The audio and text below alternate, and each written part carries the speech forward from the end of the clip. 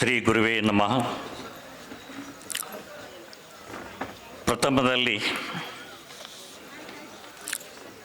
ಬಸವಾದಿ ಪ್ರಮುಖರನ್ನು ಭಕ್ತಿಪೂರ್ವಕವಾಗಿ ನೆನೆದು ಜಗಜ್ಯೋತಿ ಬಸವೇಶ್ವರ ಜಯಂತಿ ಉತ್ಸವದ ಈ ಸಮಾರಂಭದ ಸಾನ್ನಿಧ್ಯವನ್ನು ವಹಿಸಿದಂಥ ಪರಮ ಪೂಜ್ಯ ಶ್ರೀ ಅಧ್ಯಕ್ಷ ಗುರುಗಳು ಪೀಠವನ್ನು ಅಲಂಕರಿಸಬೇಕಂಥೇಳಿ ಅವರಲ್ಲಿ ವಿನಂತಿಪೂರ್ವಕವಾಗಿ ಕೇಳಿಕೊಳ್ತಾ ಇದ್ದೇನೆ. ಅದರಂತೆ ನಮ್ಮ ನಾಡಿನ ಖ್ಯಾತ ಸಂಶೋಧಕರು, ಇತಿಹಾಸ ತಜ್ಞರು ಹಾಗೂ ಇಂದಿನ ವಿಶೇಷ ಉಪನ್ಯಾಸ ನೀಡಲು ಆಗಮಿಸಿದಂಥ ಡಾಕ್ಟರ್ ಮೃತ್ಯುಂಜಯ ರುಮಾಲೆ ಅವರು ಕೂಡ ತಮ್ಮ ಆಸನವನ್ನು ಅಲಂಕರಿಸಬೇಕು ಅಂತೇಳಿ ನಾನು ಅವರಲ್ಲಿ ವಿನಂತಿಸಿಕೊಳ್ತಾ ಇದ್ದೇನೆ.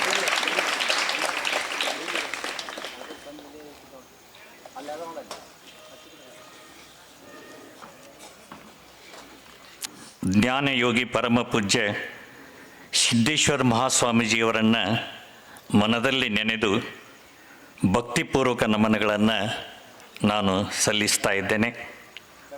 ಅದರಂತೆ ಸಾನ್ನಿಧ್ಯ ವಹಿಸಿದ ಅಧ್ಯಕ್ಷ ಗುರುಗಳು ಪರಮ ಪೂಜ್ಯ ಬಸವಲಿಂಗ ಮಹಾಸ್ವಾಮೀಜಿಯವರ ಪಾದಾರವಿಂದಗಳಲ್ಲಿ ಭಕ್ತಿಪೂರ್ವಕ ನಮನವನ್ನು ಸಲ್ಲಿಸುತ್ತಾ ಇಂದಿನ ವಿಶೇಷ ಉಪನ್ಯಾಸ ನೀಡಲು ಆಗಮಿಸಿರುವ ಖ್ಯಾತ ಸಂಶೋಧಕರಿಗೂ ಹಾಗೂ ಇತಿಹಾಸ ತಜ್ಞರು ಆದ ಡಾಕ್ಟರ್ ಮೃತ್ಯುಂಜಯ್ ರುಮಾಲಿ ಅವರಿಗೂ ನಮನವನ್ನು ಸಲ್ಲಿಸುತ್ತಾ ಇಂದಿನ ಆಧ್ಯಾತ್ಮಿಕ ಕಾರ್ಯಕ್ರಮದಲ್ಲಿ ಉಪಸ್ಥಿತರಿರುವ ಎಲ್ಲ ಪೂಜ್ಯ ಸ್ವಾಮೀಜಿಯವರಿಗೂ, ಶರಣ ಸಾಹಿತ್ಯ ಹಾಗೂ ಅಖಿಲ ಭಾರತ ವೀರಶೈವ ಮಹಾಸಭಾದ ಅಧ್ಯಕ್ಷರುಗಳಿಗೂ ಹಾಗೂ ಸದಸ್ಯರಿಗೂ ಹಾಗೂ ಇಲ್ಲಿ ಉಪಸ್ಥಿತರಿದ್ದ ಎಲ್ಲ ಪೂಜ್ಯ ಹಿರಿಯರಿಗೂ, ತಾಯಂದಿರಿಗೂ, ಸಹೋದರ ಸಹೋದರಿಯರಿಗೂ ನನ್ನ ಭಕ್ತಿಪೂರ್ವಕ ನಮನಗಳನ್ನು ಸಲ್ಲಿಸಿ, ಸಿದ್ದೇಶ್ವರ ಅಕ್ಕನ ಬಳಗದವರಿಗೂ, ಗೆಜ್ಜೆ ಅಕಾಡೆಮಿಯವರಿಗೂ, ಆಶ್ರಮದ ಸತ್ಸಂಗ ಬಳಗದವರಿಗೂ, ದಾಸೋಹ ಸಮಿತಿಯವರಿಗೂ, ಎಲ್ಲ ಶಿಕ್ಷಣ ಸಂಘ ಸಂಸ್ಥೆಗಳ ಪದಾಧಿಕಾರಿಗಳು ಹಾಗೂ ಪತ್ರಿಕಾ ಮಿತ್ರರಿಗೂ ಹಾಗೂ ಶಿಕ್ಷಕರು ಹಾಗೂ ವಿದ್ಯಾರ್ಥಿನಿಯರಿಗೆ ಇನ್ನೊಮ್ಮೆ ನನ್ನ ನಮನಗಳನ್ನು ಸಲ್ಲಿಸುವುದರ ಮೂಲಕ ಈಗ ಕಾರ್ಯಕ್ರಮವನ್ನು ಪ್ರಾರಂಭಿಸಲಾಗ್ತದೆ. ಪ್ರಾರ್ಥನೆ. ಕುಮಾರ್ ಸಂಗಮೇಶ್ ಗುರವ, ಆಶ್ರಮದ ವಿದ್ಯಾರ್ಥಿ. ಜಯ ಗುರು ಬಸವಣ್ಣ, ಜಯತು ಜಗದ್ಗುರು ಬಸವಣ್ಣ, ಜಯ ಗುರು ಬಸವಣ್ಣ, ಜಯತು ಜಗದ್ಗುರು ಬಸವಣ್ಣ, ಜಂಗಮ ರೂಪನೆ ಬಸವಣ್ಣ, ಜಗದೋದ್ಧಾರಕ ಬಸವಣ್ಣ, ಜಯ ಗುರು ಬಸವಣ್ಣ, ಜಯತು ಜಗದ್ಗುರು ಬಸವಣ್ಣ, ಕಲ್ಯಾಣ ವಾಸನೆ ಬಸವಣ್ಣ, ಕಾರುಣ್ಯ ಮೂರ್ತಿ ಬಸವಣ್ಣ, ಕಲ್ಯಾಣ ವಾಸನೆ ಬಸವಣ್ಣ, ಕಾರುಣ್ಯ ಮೂರ್ತಿ ಬಸವಣ್ಣ, ಕಾಯಕ ಯೋಗಿ ಬಸವಣ್ಣ, ಕರ್ತನ ಶಿಶುವೆ ಬಸವಣ್ಣ, ಜಯ ಗುರು ಬಸವಣ್ಣ, ಜಯತು ಜಗದ್ಗುರು ಬಸವಣ್ಣ.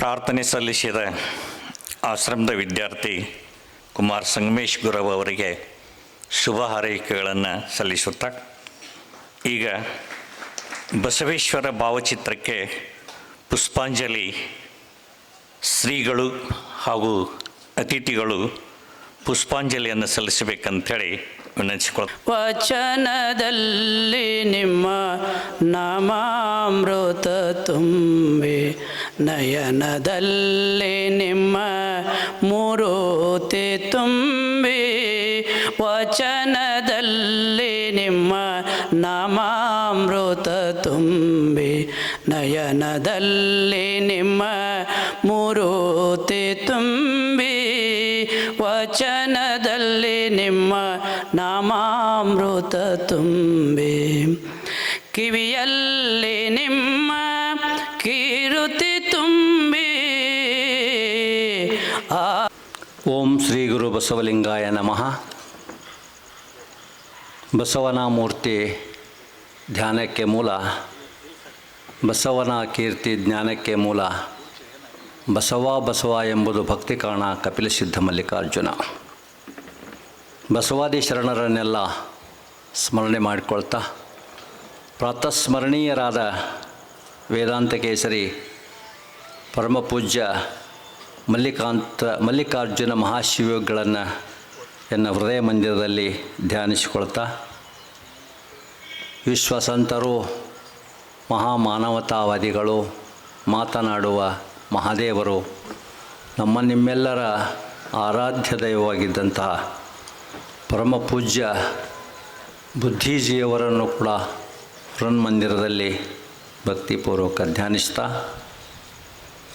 ಆಶ್ರಮದ ಪ್ರಮುಖ ಗುರುಗಳಾದಿಯಾಗಿ ಎಲ್ಲ ಪೂಜ್ಯರ ಪವಿತ್ರ ಪಾದಗಳಲ್ಲಿ ಭಕ್ತಿಯ ಪ್ರಣಾಮಗಳನ್ನು ಸಲ್ಲಿಸ್ತಾ ವೇದಿಕೆಯ ಮೇಲೆ ಆಸೀನರಾದ ಇವತ್ತಿನ ಮುಖ್ಯ ಅತಿಥಿಗಳಾದ ಡಾಕ್ಟರ್ ಮೃತ್ಯುಂಜಯ ರುಮಾಲೆಯವರೇ, ಇಲ್ಲಿ ಸಮಾವೇಶಗೊಂಡಂಥ ಎಲ್ಲ ಶರಣ ಶರಣೆಯರೇ, ತಮ್ಮೆಲ್ಲರಿಗೂ ಶರಣಾರ್ಥಿಗಳು. ಜ್ಞಾನಯೋಗಾಶ್ರಮ ವಿಜಯಪುರದ ಒಂದು ಪರಂಪರೆಯಂತೆ ಪ್ರತಿ ವರ್ಷ ಜಗಜ್ಯೋತಿ ಬಸವೇಶ್ವರರ ಜಯಂತ್ಯೋತ್ಸವ ಕಾರ್ಯಕ್ರಮ ಆಚರಣೆ ಮಾಡ್ತಾ ಬಂದಿದ್ದು, ಈ ವರ್ಷ ಇಂದು ಆ ಕಾರ್ಯಕ್ರಮವನ್ನು ಹಮ್ಮಿಕೊಳ್ಳಲಾಗಿದ್ದು, ಈ ಕಾರ್ಯಕ್ರಮದ ಪಾವನ ಸಾನ್ನಿಧ್ಯವನ್ನು ನಮ್ಮ ಆಶ್ರಮದ ಪ್ರಮುಖ ಗುರುಗಳಾದ ಪರಮಪೂಜ್ಯ ಬಸವಲಿಂಗ ಸ್ವಾಮೀಜಿಯವರು ವಹಿಸಿಕೊಂಡಿದ್ದು, ಅವರನ್ನು ಆಶ್ರಮದ ಪರವಾಗಿ ಹಾಗೂ ತಮ್ಮೆಲ್ಲರ ಪರವಾಗಿ ಹೃತ್ಪೂರ್ವಕವಾಗಿ ಸ್ವಾಗತವನ್ನು ಕೋರ್ತೇನೆ. ಅವರಿಗೆ ಹಿರಿಯರಾದ ಶ್ರೀ ಸಿದ್ದರಾಮಪ್ಪ ಉಪ್ಪಿನವರು ಬಂದು ಮಾಲಾರ್ಪಣೆಯನ್ನು ಮಾಡುವುದರ ಮೂಲಕ ಸ್ವಾಗತಿಸಲು ಕೋರ್ತೇನೆ. ಅದೇ ತೆರನಾಗಿ ಇವತ್ತಿನ ಕಾರ್ಯಕ್ರಮದ ಪ್ರಮುಖ ಘಟ್ಟ, ಇವತ್ತಿನ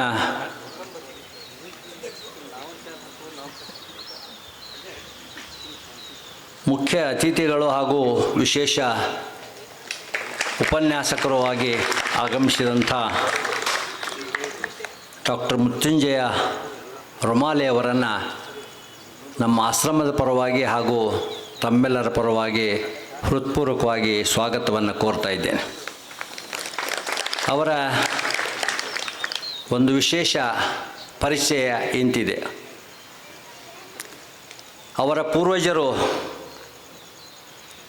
ಕರಿಬಸವಯ್ಯ ಅಂತಕ್ಕಂಥವರು ಮೈಸೂರು ಸಂಸ್ಥಾನದಲ್ಲಿ ಪೌರೋಹಿತ್ಯ ಮಾಡಿಕೊಂಡಿದ್ದವರು.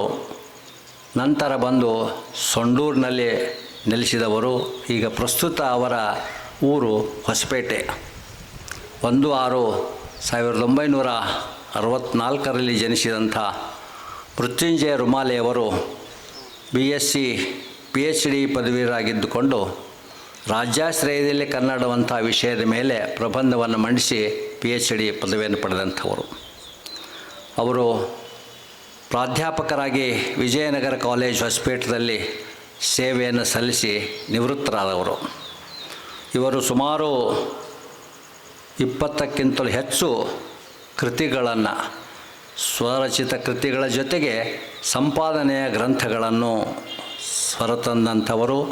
ಶಿವಯೋಗಿ ಮಂದಿರ ಶತಸಂವತ್ಸರ, ಸಂಕೀರ್ಣ ಬಳ್ಳಾರಿ, ಸ್ವಾತಂತ್ರ್ಯ ಹೋರಾಟ, ಕರ್ನಾಟಕ ಸಾಹಿತ್ಯ ಅಕಾಡೆಮಿಯಿಂದ 15 ಕೃತಿಗಳ ಸಂಪಾದನೆ, ಕವಿಗಳ ಕಂಡ ಭಾರತ ಕುರಿತಾದಂಥ 4 ಬೃಹತ್ ಸಂಪುಟಗಳು, ವಚನ ಸಂಗ್ರಹ, ವಚನ ನಿಘಂಟು, ರಗಳೆಗಳ ನಾಮಕೋಶ, ನಾಗೇಶ್ ಶಾಸ್ತ್ರಿಗಳ ಸಮಗ್ರ ಸಾಹಿತ್ಯ, ಅಲ್ಲಂ ಕರಿಬಸಪ್ಪರ ಸಮಗ್ರ ಸಾಹಿತ್ಯ, ಹಾನಗಲ್ಲ ಕುಮಾರಸ್ವಾಮಿಗಳು, ಪೂಜ್ಯ ಸಂಗನಬಸವ ಸ್ವಾಮಿಗಳು, ಹೊಸಪೇಟೆ ಕೊಟ್ಟೂರು ಸ್ವಾಮಿಗಳು, ಸಂಸ್ಥಾನ ಮಠ, ಇವರ ಅಭಿನಂದನ ಗ್ರಂಥ, ಹೀಗೆ ಹಲವಾರು ಕೃತಿಗಳನ್ನು ಹೊರತಂದು ಸಂಶೋಧನಾತ್ಮಕವಾಗಿ ಕಾರ್ಯನಿರ್ವಹಿಸ್ತಕ್ಕಂಥವರು. ಅದರ ಜೊತೆಗೆ ಬಸವ ಸಮಿತಿಯವರು ಹೊರಡಿಸ್ತಕ್ಕಂಥ ಬಸವ ಪಥದ ಸಂಪಾದಕರಾಗಿ ಉತ್ತಮವಾದಂಥ ಪತ್ರಿಕೆಯ ಸಂಪಾದಕರಾಗಿ ಕಾರ್ಯವನ್ನು ನಿರ್ವಹಿಸ್ತಕ್ಕಂಥವರು. ಇವರಿಗೆ ಹಲವಾರು ಪ್ರಶಸ್ತಿಗಳು ಸಂದಾಯವಾಗಿವೆ.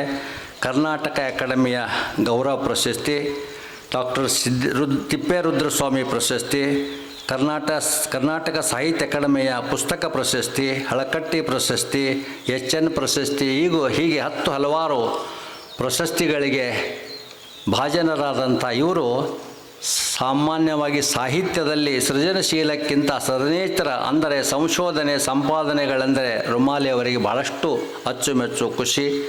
ಚರಿತ್ರೆ ಬರೆಯುವುದು ಅವರ ಒಂದು ಸಂತಸದ ವಿಷಯ. ಇಂಥ ಒಬ್ಬ ಅಪರೂಪದ ವ್ಯಕ್ತಿ ಇವತ್ತು ನಮ್ಮ ಈ ಬಸವ ಜಯಂತಿಯ ಕಾರ್ಯಕ್ರಮಕ್ಕೆ ಉಪನ್ಯಾಸಕರಾಗಿ ಆಗಮಿಸಿ ನಮ್ಮ ಈ ಇಂದಿನ ಕಾರ್ಯಕ್ರಮದಲ್ಲಿ ಬಸವೇಶ್ವರರ ಒಬ್ಬ ಸಾಂಸ್ಕೃತಿಕ ನಾಯಕ ಅನ್ನುವ ಕುರಿತಾದಂಥ ವಿಷಯವನ್ನು ಮಂಡನೆ ಮಾಡಲಿದ್ದಾರೆ. ಅವರಿಗೆ ಮತ್ತೊಮ್ಮೆ ತಮ್ಮೆಲ್ಲರ ಪರವಾಗಿ ಹಾಗೂ ಆಶ್ರಮದ ಪರವಾಗಿ ಹೃತ್ಪೂರ್ವಕವಾದಂಥ ಸ್ವಾಗತವನ್ನು ಕೋರ್ತಾ ಅವರಿಗೆ ಪೂಜ್ಯರು ಮಾಲಾರ್ಪಣೆ ಮಾಡುವ ಮೂಲಕ ಅವರನ್ನು ಗೌರವಿಸಬೇಕಂತ ನಾನು ವಿನಂತಿಸ್ಕೊಳ್ತಾ ಇದ್ದೀನಿ. ಹೋಗ್ರಿ.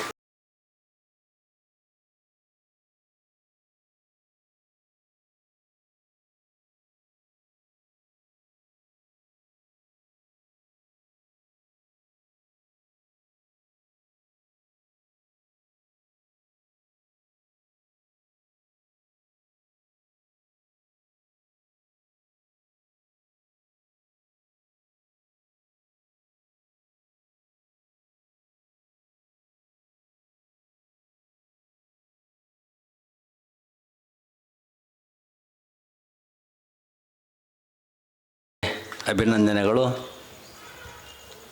ಡಾಕ್ಟರ್ ಮೃತ್ಯುಂಜಯ ರುಮಾಲಿಯವರ ಜೊತೆಗೆ ಅಲ್ಲಿಂದ ಹೊಸಪೇಟೆಯಿಂದ ಬಂದಂಥ ರೇಣುಕಪ್ಪನವರಿಗೂ ಕೂಡ ನಮ್ಮ ಈ ಕಾರ್ಯಕ್ರಮಕ್ಕೆ ಹಾರ್ದಿಕವಾಗಿ ಸ್ವಾಗತವನ್ನು ಕೋರ್ತಾ ಇದ್ದೇನೆ.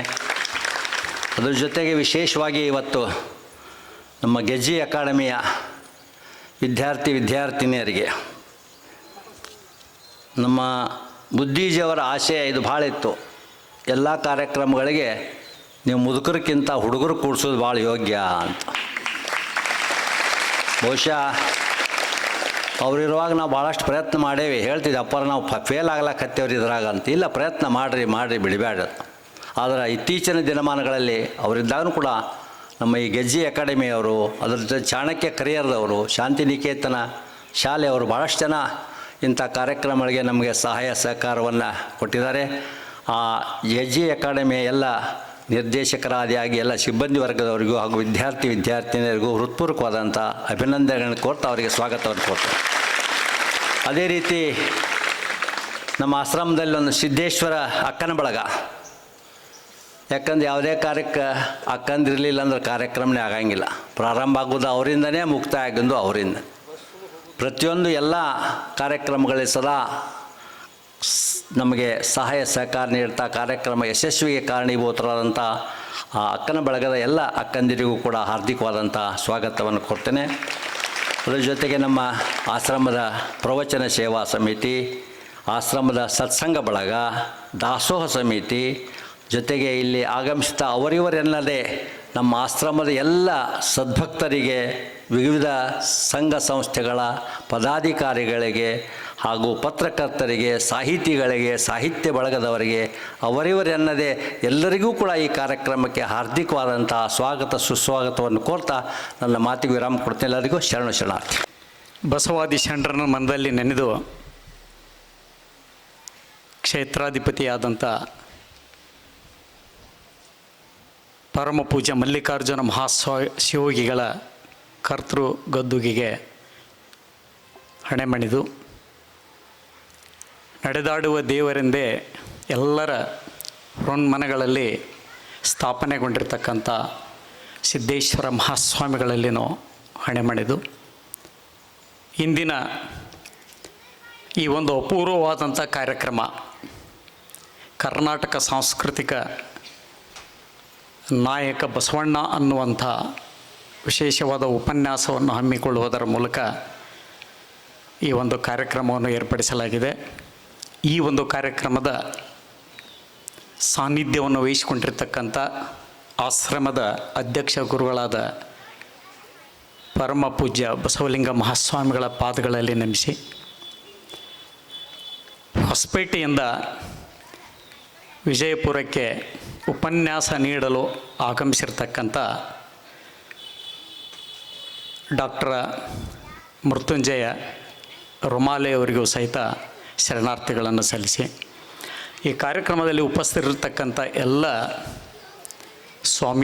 ಸ್ವಾಮೀಜಿಗಳಿಗೂ, ಎಲ್ಲ ಸಾಹಿತ್ಯಾಸಕ್ತರಿಗೂ ಮತ್ತು ಆಶ್ರಮದ ಎಲ್ಲ ಭಕ್ತಾದಿಗಳಿಗೂ, ಎಲ್ಲ ವಿದ್ಯಾರ್ಥಿನಿಯರಿಗೂ ಶರಣಾರ್ಥಿಗಳನ್ನು ಸಲ್ಲಿಸಿ ಒಂದೆರಡು ಪ್ರಾಸ್ತಾವಿಕವಾದಂಥ ಮಾತುಗಳನ್ನು ಇಲ್ಲಿ ಹೇಳಲಿಕ್ಕೆ ಬಯಸ್ತಾ ಇದ್ದೇನೆ.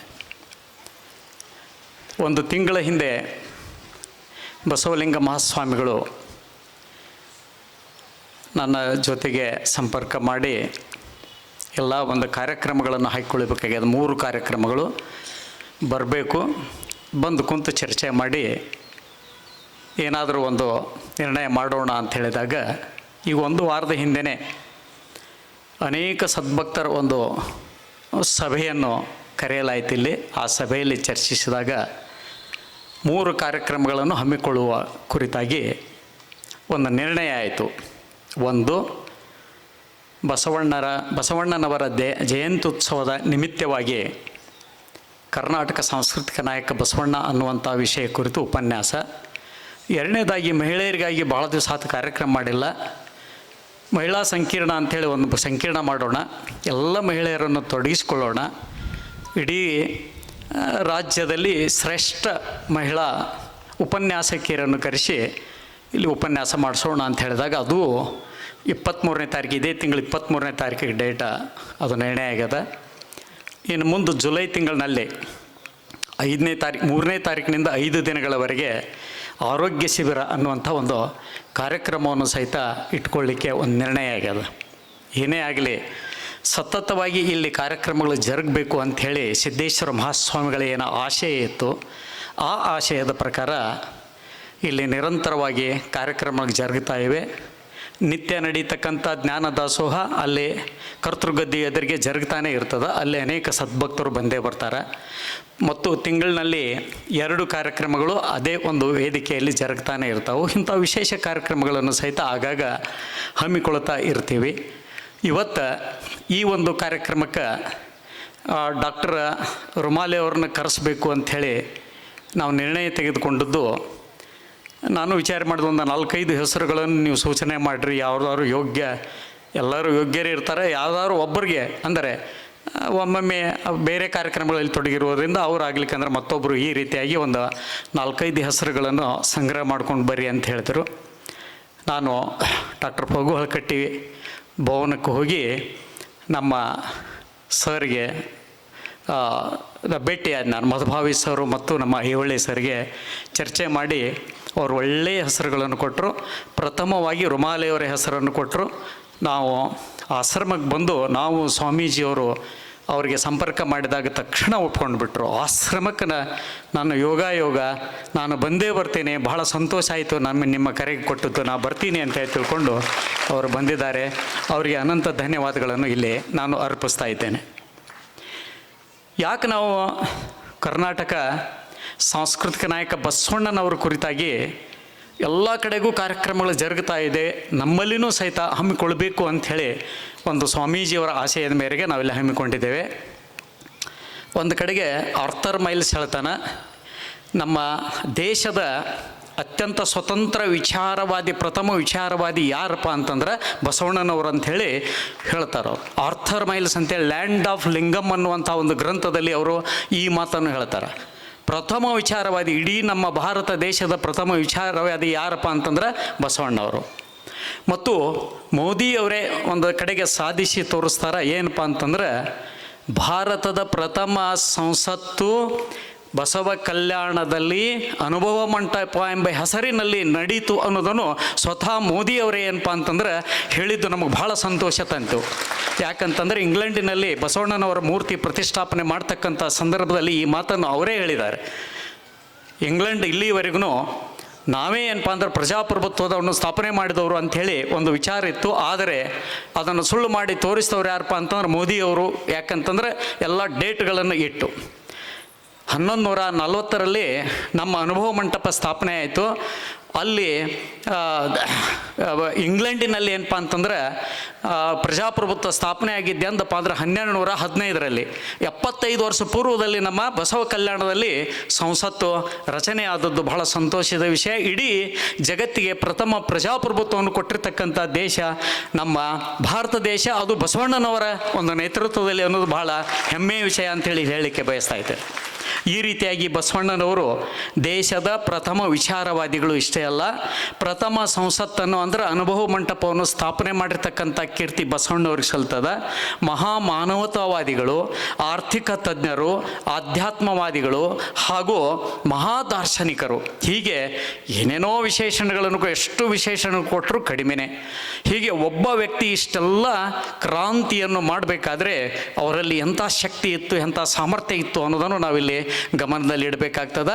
ಆದ್ದರಿಂದ ಬಸವಣ್ಣನವರು ಮಾಡಿರ್ತಕ್ಕಂಥ ಒಂದು ಕಾರ್ಯಗಳು ಏನದಾವಲ್ಲ ಅವನ್ನೆಲ್ಲ ನಮ್ಮ ಅತಿಥಿಗಳು ತಮ್ಮ ಉಪನ್ಯಾಸದಲ್ಲಿ ಹೇಳ್ತಾರೆ. ಬಸವಣ್ಣನವರನ್ನು ಕುರಿತು ಒಂದು ವಿಶೇಷ ಉಪನ್ಯಾಸವನ್ನು ನೀಡಲಿಕ್ಕೆ ಬಂದಂಥ ಡಾಕ್ಟರ್ ಮೃತ್ಯುಂಜಯ ರುಮಾಲಿ ಅವರು ತಮ್ಮ ಉಪನ್ಯಾಸವನ್ನು ನೀಡಬೇಕಂಥೇಳಿ ಅವರಲ್ಲಿ ವಿನಯಪೂರ್ವಕವಾಗಿ ನಾನು ಕೇಳಿಕೊಳ್ಳುತ್ತೇನೆ. ಮಲ್ಲಿಕಾರ್ಜುನ ಮಹಾಸ್ವಾಮಿಗಳ ಮತ್ತು ಸಿದ್ದೇಶ್ವರ ಮಹಾಸ್ವಾಮಿಗಳ ದಿವ್ಯ ಪ್ರಕಾಶದಲ್ಲಿ ನಡೀತಿರುವ ಈ ಕಾರ್ಯಕ್ರಮದ ದಿವ್ಯ ಸಾನ್ನಿಧ್ಯವನ್ನು ವಹಿಸಿರುವ ಬಸವಲಿಂಗ ಮಹಾಸ್ವಾಮಿಗಳವರ ಪಾದಗಳಿಗೆ ಭಕ್ತಿಪೂರ್ವಕ ಪ್ರಣಾಮಗಳನ್ನು ಸಲ್ಲಿಸುತ್ತಾ, ಇಲ್ಲಿ ವೇದಿಕೆ ಮೇಲೆ ನನ್ನೊಂದಿಗೆ ಇರುವಂಥ ಎಲ್ಲ ಹಿರಿಯರೇ, ಆತ್ಮೀಯರೇ ಮತ್ತು ಇಲ್ಲಿ ನೆರೆದಿರುವ ಎಲ್ಲ ಶರಣ ಬಂಧುಗಳೇ, ವಿಶೇಷವಾಗಿ ನಮ್ಮ ಸಂಸ್ಕೃತಿಯನ್ನು ಮುಂದಿನ ಪೀಳಿಗೆಗೆ ತಗೊಂಡು ಹೋಗ್ತಿರುವಂಥ ಆ ಹೊಣೆಗಾರಿಕೆಯನ್ನು ಹೊತ್ತಿರುವಂಥ ಎಲ್ಲ ಯುವಕ ಮಿತ್ರರೇ, ಜನವರಿ ತಿಂಗಳಲ್ಲಿ ಕರ್ನಾಟಕ ಸರ್ಕಾರ ಬಸವಣ್ಣನವರನ್ನು ಸಾಂಸ್ಕೃತಿಕ ನಾಯಕ, ಕನ್ನಡ ನಾಡಿನ ಸಾಂಸ್ಕೃತಿಕ ನಾಯಕ ಅಂತ ಘೋಷಣೆ ಮಾಡಿತು. ಇದು ನಿಮಗೆಲ್ಲ ಗೊತ್ತಿರುವಂಥ ವಿಷಯನೇ ಇದು. ಆದರೆ ಭಾಳ ಮುಖ್ಯವಾಗಿ ಒಬ್ಬ ವ್ಯಕ್ತಿಯನ್ನು ಸಾಂಸ್ಕೃತಿಕ ನಾಯಕ ಅನ್ನುವ ಹಿನ್ನೆಲೆಯಲ್ಲಿ ಇರುವಂಥ ಭಾಳ ಮುಖ್ಯ ಧೋರಣೆ ಏನು ಅನ್ನೋದನ್ನು ನಾವು ಅರ್ಥ ಮಾಡಿಕೊಳ್ಬೇಕು. ಬಹುಶಃ ಯಾವ ವ್ಯಕ್ತಿ ವರ್ತಮಾನ ಕಾಲದಲ್ಲಿ ಅತ್ಯಂತ ಪೂರ್ಣ ಪ್ರಮಾಣದ ತಾದಾತ್ಮ್ಯದಲ್ಲಿ ತನ್ನನ್ನು ತೊಡಗಿಸ್ಕೊಂಡಿರ್ತಾನೋ ಆ ವ್ಯಕ್ತಿ ಭವಿಷ್ಯತ್ ಕಾಲದಲ್ಲೂ ಬದುಕಿರ್ತಾನೆ ಅನ್ನುವಂಥ ಒಂದು ನಿದರ್ಶನಕ್ಕೆ ನಾವು ಏನಾದರೂ ಹೇಳೋದಾದರೆ ಅದು ಕೇವಲ ಬಸವಣ್ಣವರನ್ನು ಮಾತ್ರ ಅಂತ ಹೇಳ್ಬೋದು. ಯಾಕೆಂದರೆ ಬಸವಣ್ಣನವರ ಇಡೀ ಬದುಕಿನ ಕರ್ಮಭೂಮಿಯಾಗಿದ್ದು ಇವತ್ತಿನ ಕಲ್ಯಾಣದಲ್ಲಿ. ಆ ಕಲ್ಯಾಣ ಅನ್ನುವಂಥದ್ದು ಈ ಕಾಲದಲ್ಲೂ ಮತ್ತು ಆ ಕಾಲದಲ್ಲಿಯೂ ಒಂದು ಸಣ್ಣ ಭೂಪ್ರದೇಶ ಅದು. ಆದರೆ ಅಲ್ಲಿ ಬಸವಣ್ಣನವರು ಆ ಕಾಲದಲ್ಲಿ ಮಾಡಿದಂಥ ಒಂದು ಬಹುದೊಡ್ಡ ಪ್ರಯೋಗಗಳೇನಿದಾವಲ್ಲ, ಅದು 12ನೇ ಶತಮಾನದಲ್ಲಿಯೇ ಈ ದೇಶದಾದ್ಯಂತ ಎಲ್ಲ ಪ್ರಜ್ಞಾವಂತರನ್ನು ತನ್ನ ಕಡೆಗೆ ಸೆಳೀತು ಅನ್ನುವಂಥದ್ದು ನಮಗೆ ಭಾಳ ಮುಖ್ಯವಾಗಿ ಗಮನಿಸಬೇಕಾಗಿರುವಂಥದ್ದು. ಇವತ್ತೆಲ್ಲ ನೀವು ವಿದ್ಯಾರ್ಥಿಗಳಿದ್ದೀರಿ, ಇವತ್ತು ಅಮೇರಿಕದಲ್ಲಿ ಏನು ನಡೀತದೆ ಅಂಥೇಳಿ ತಕ್ಷಣಕ್ಕೆ ನೀವು ಮೊಬೈಲಲ್ಲಿ ಹಿಡ್ಕೊಂಡ್ರೆ ಗೊತ್ತಾಗ್ತದೆ ನಿಮಗೆ. ಮತ್ತೊಂದು ದೇಶದಲ್ಲಿ ಏನು ನಡೀತು ಅನ್ನೋದನ್ನು ನೀವು ನೋಡ್ಬೋದು.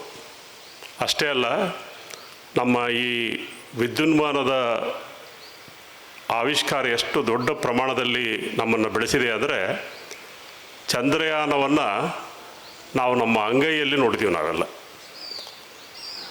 ಚಂದ್ರಯಾನದ ಒಂದು ಘಟನೆಯನ್ನು, ಆ ಒಂದು ಐತಿಹಾಸಿಕ ಘಟ್ಟವನ್ನು ನಾವು ನಮ್ಮ ಮೊಬೈಲಲ್ಲಿ ಅಂಗೈಯಲ್ಲಿ ನೋಡ್ತೀವಿ ನಾವು.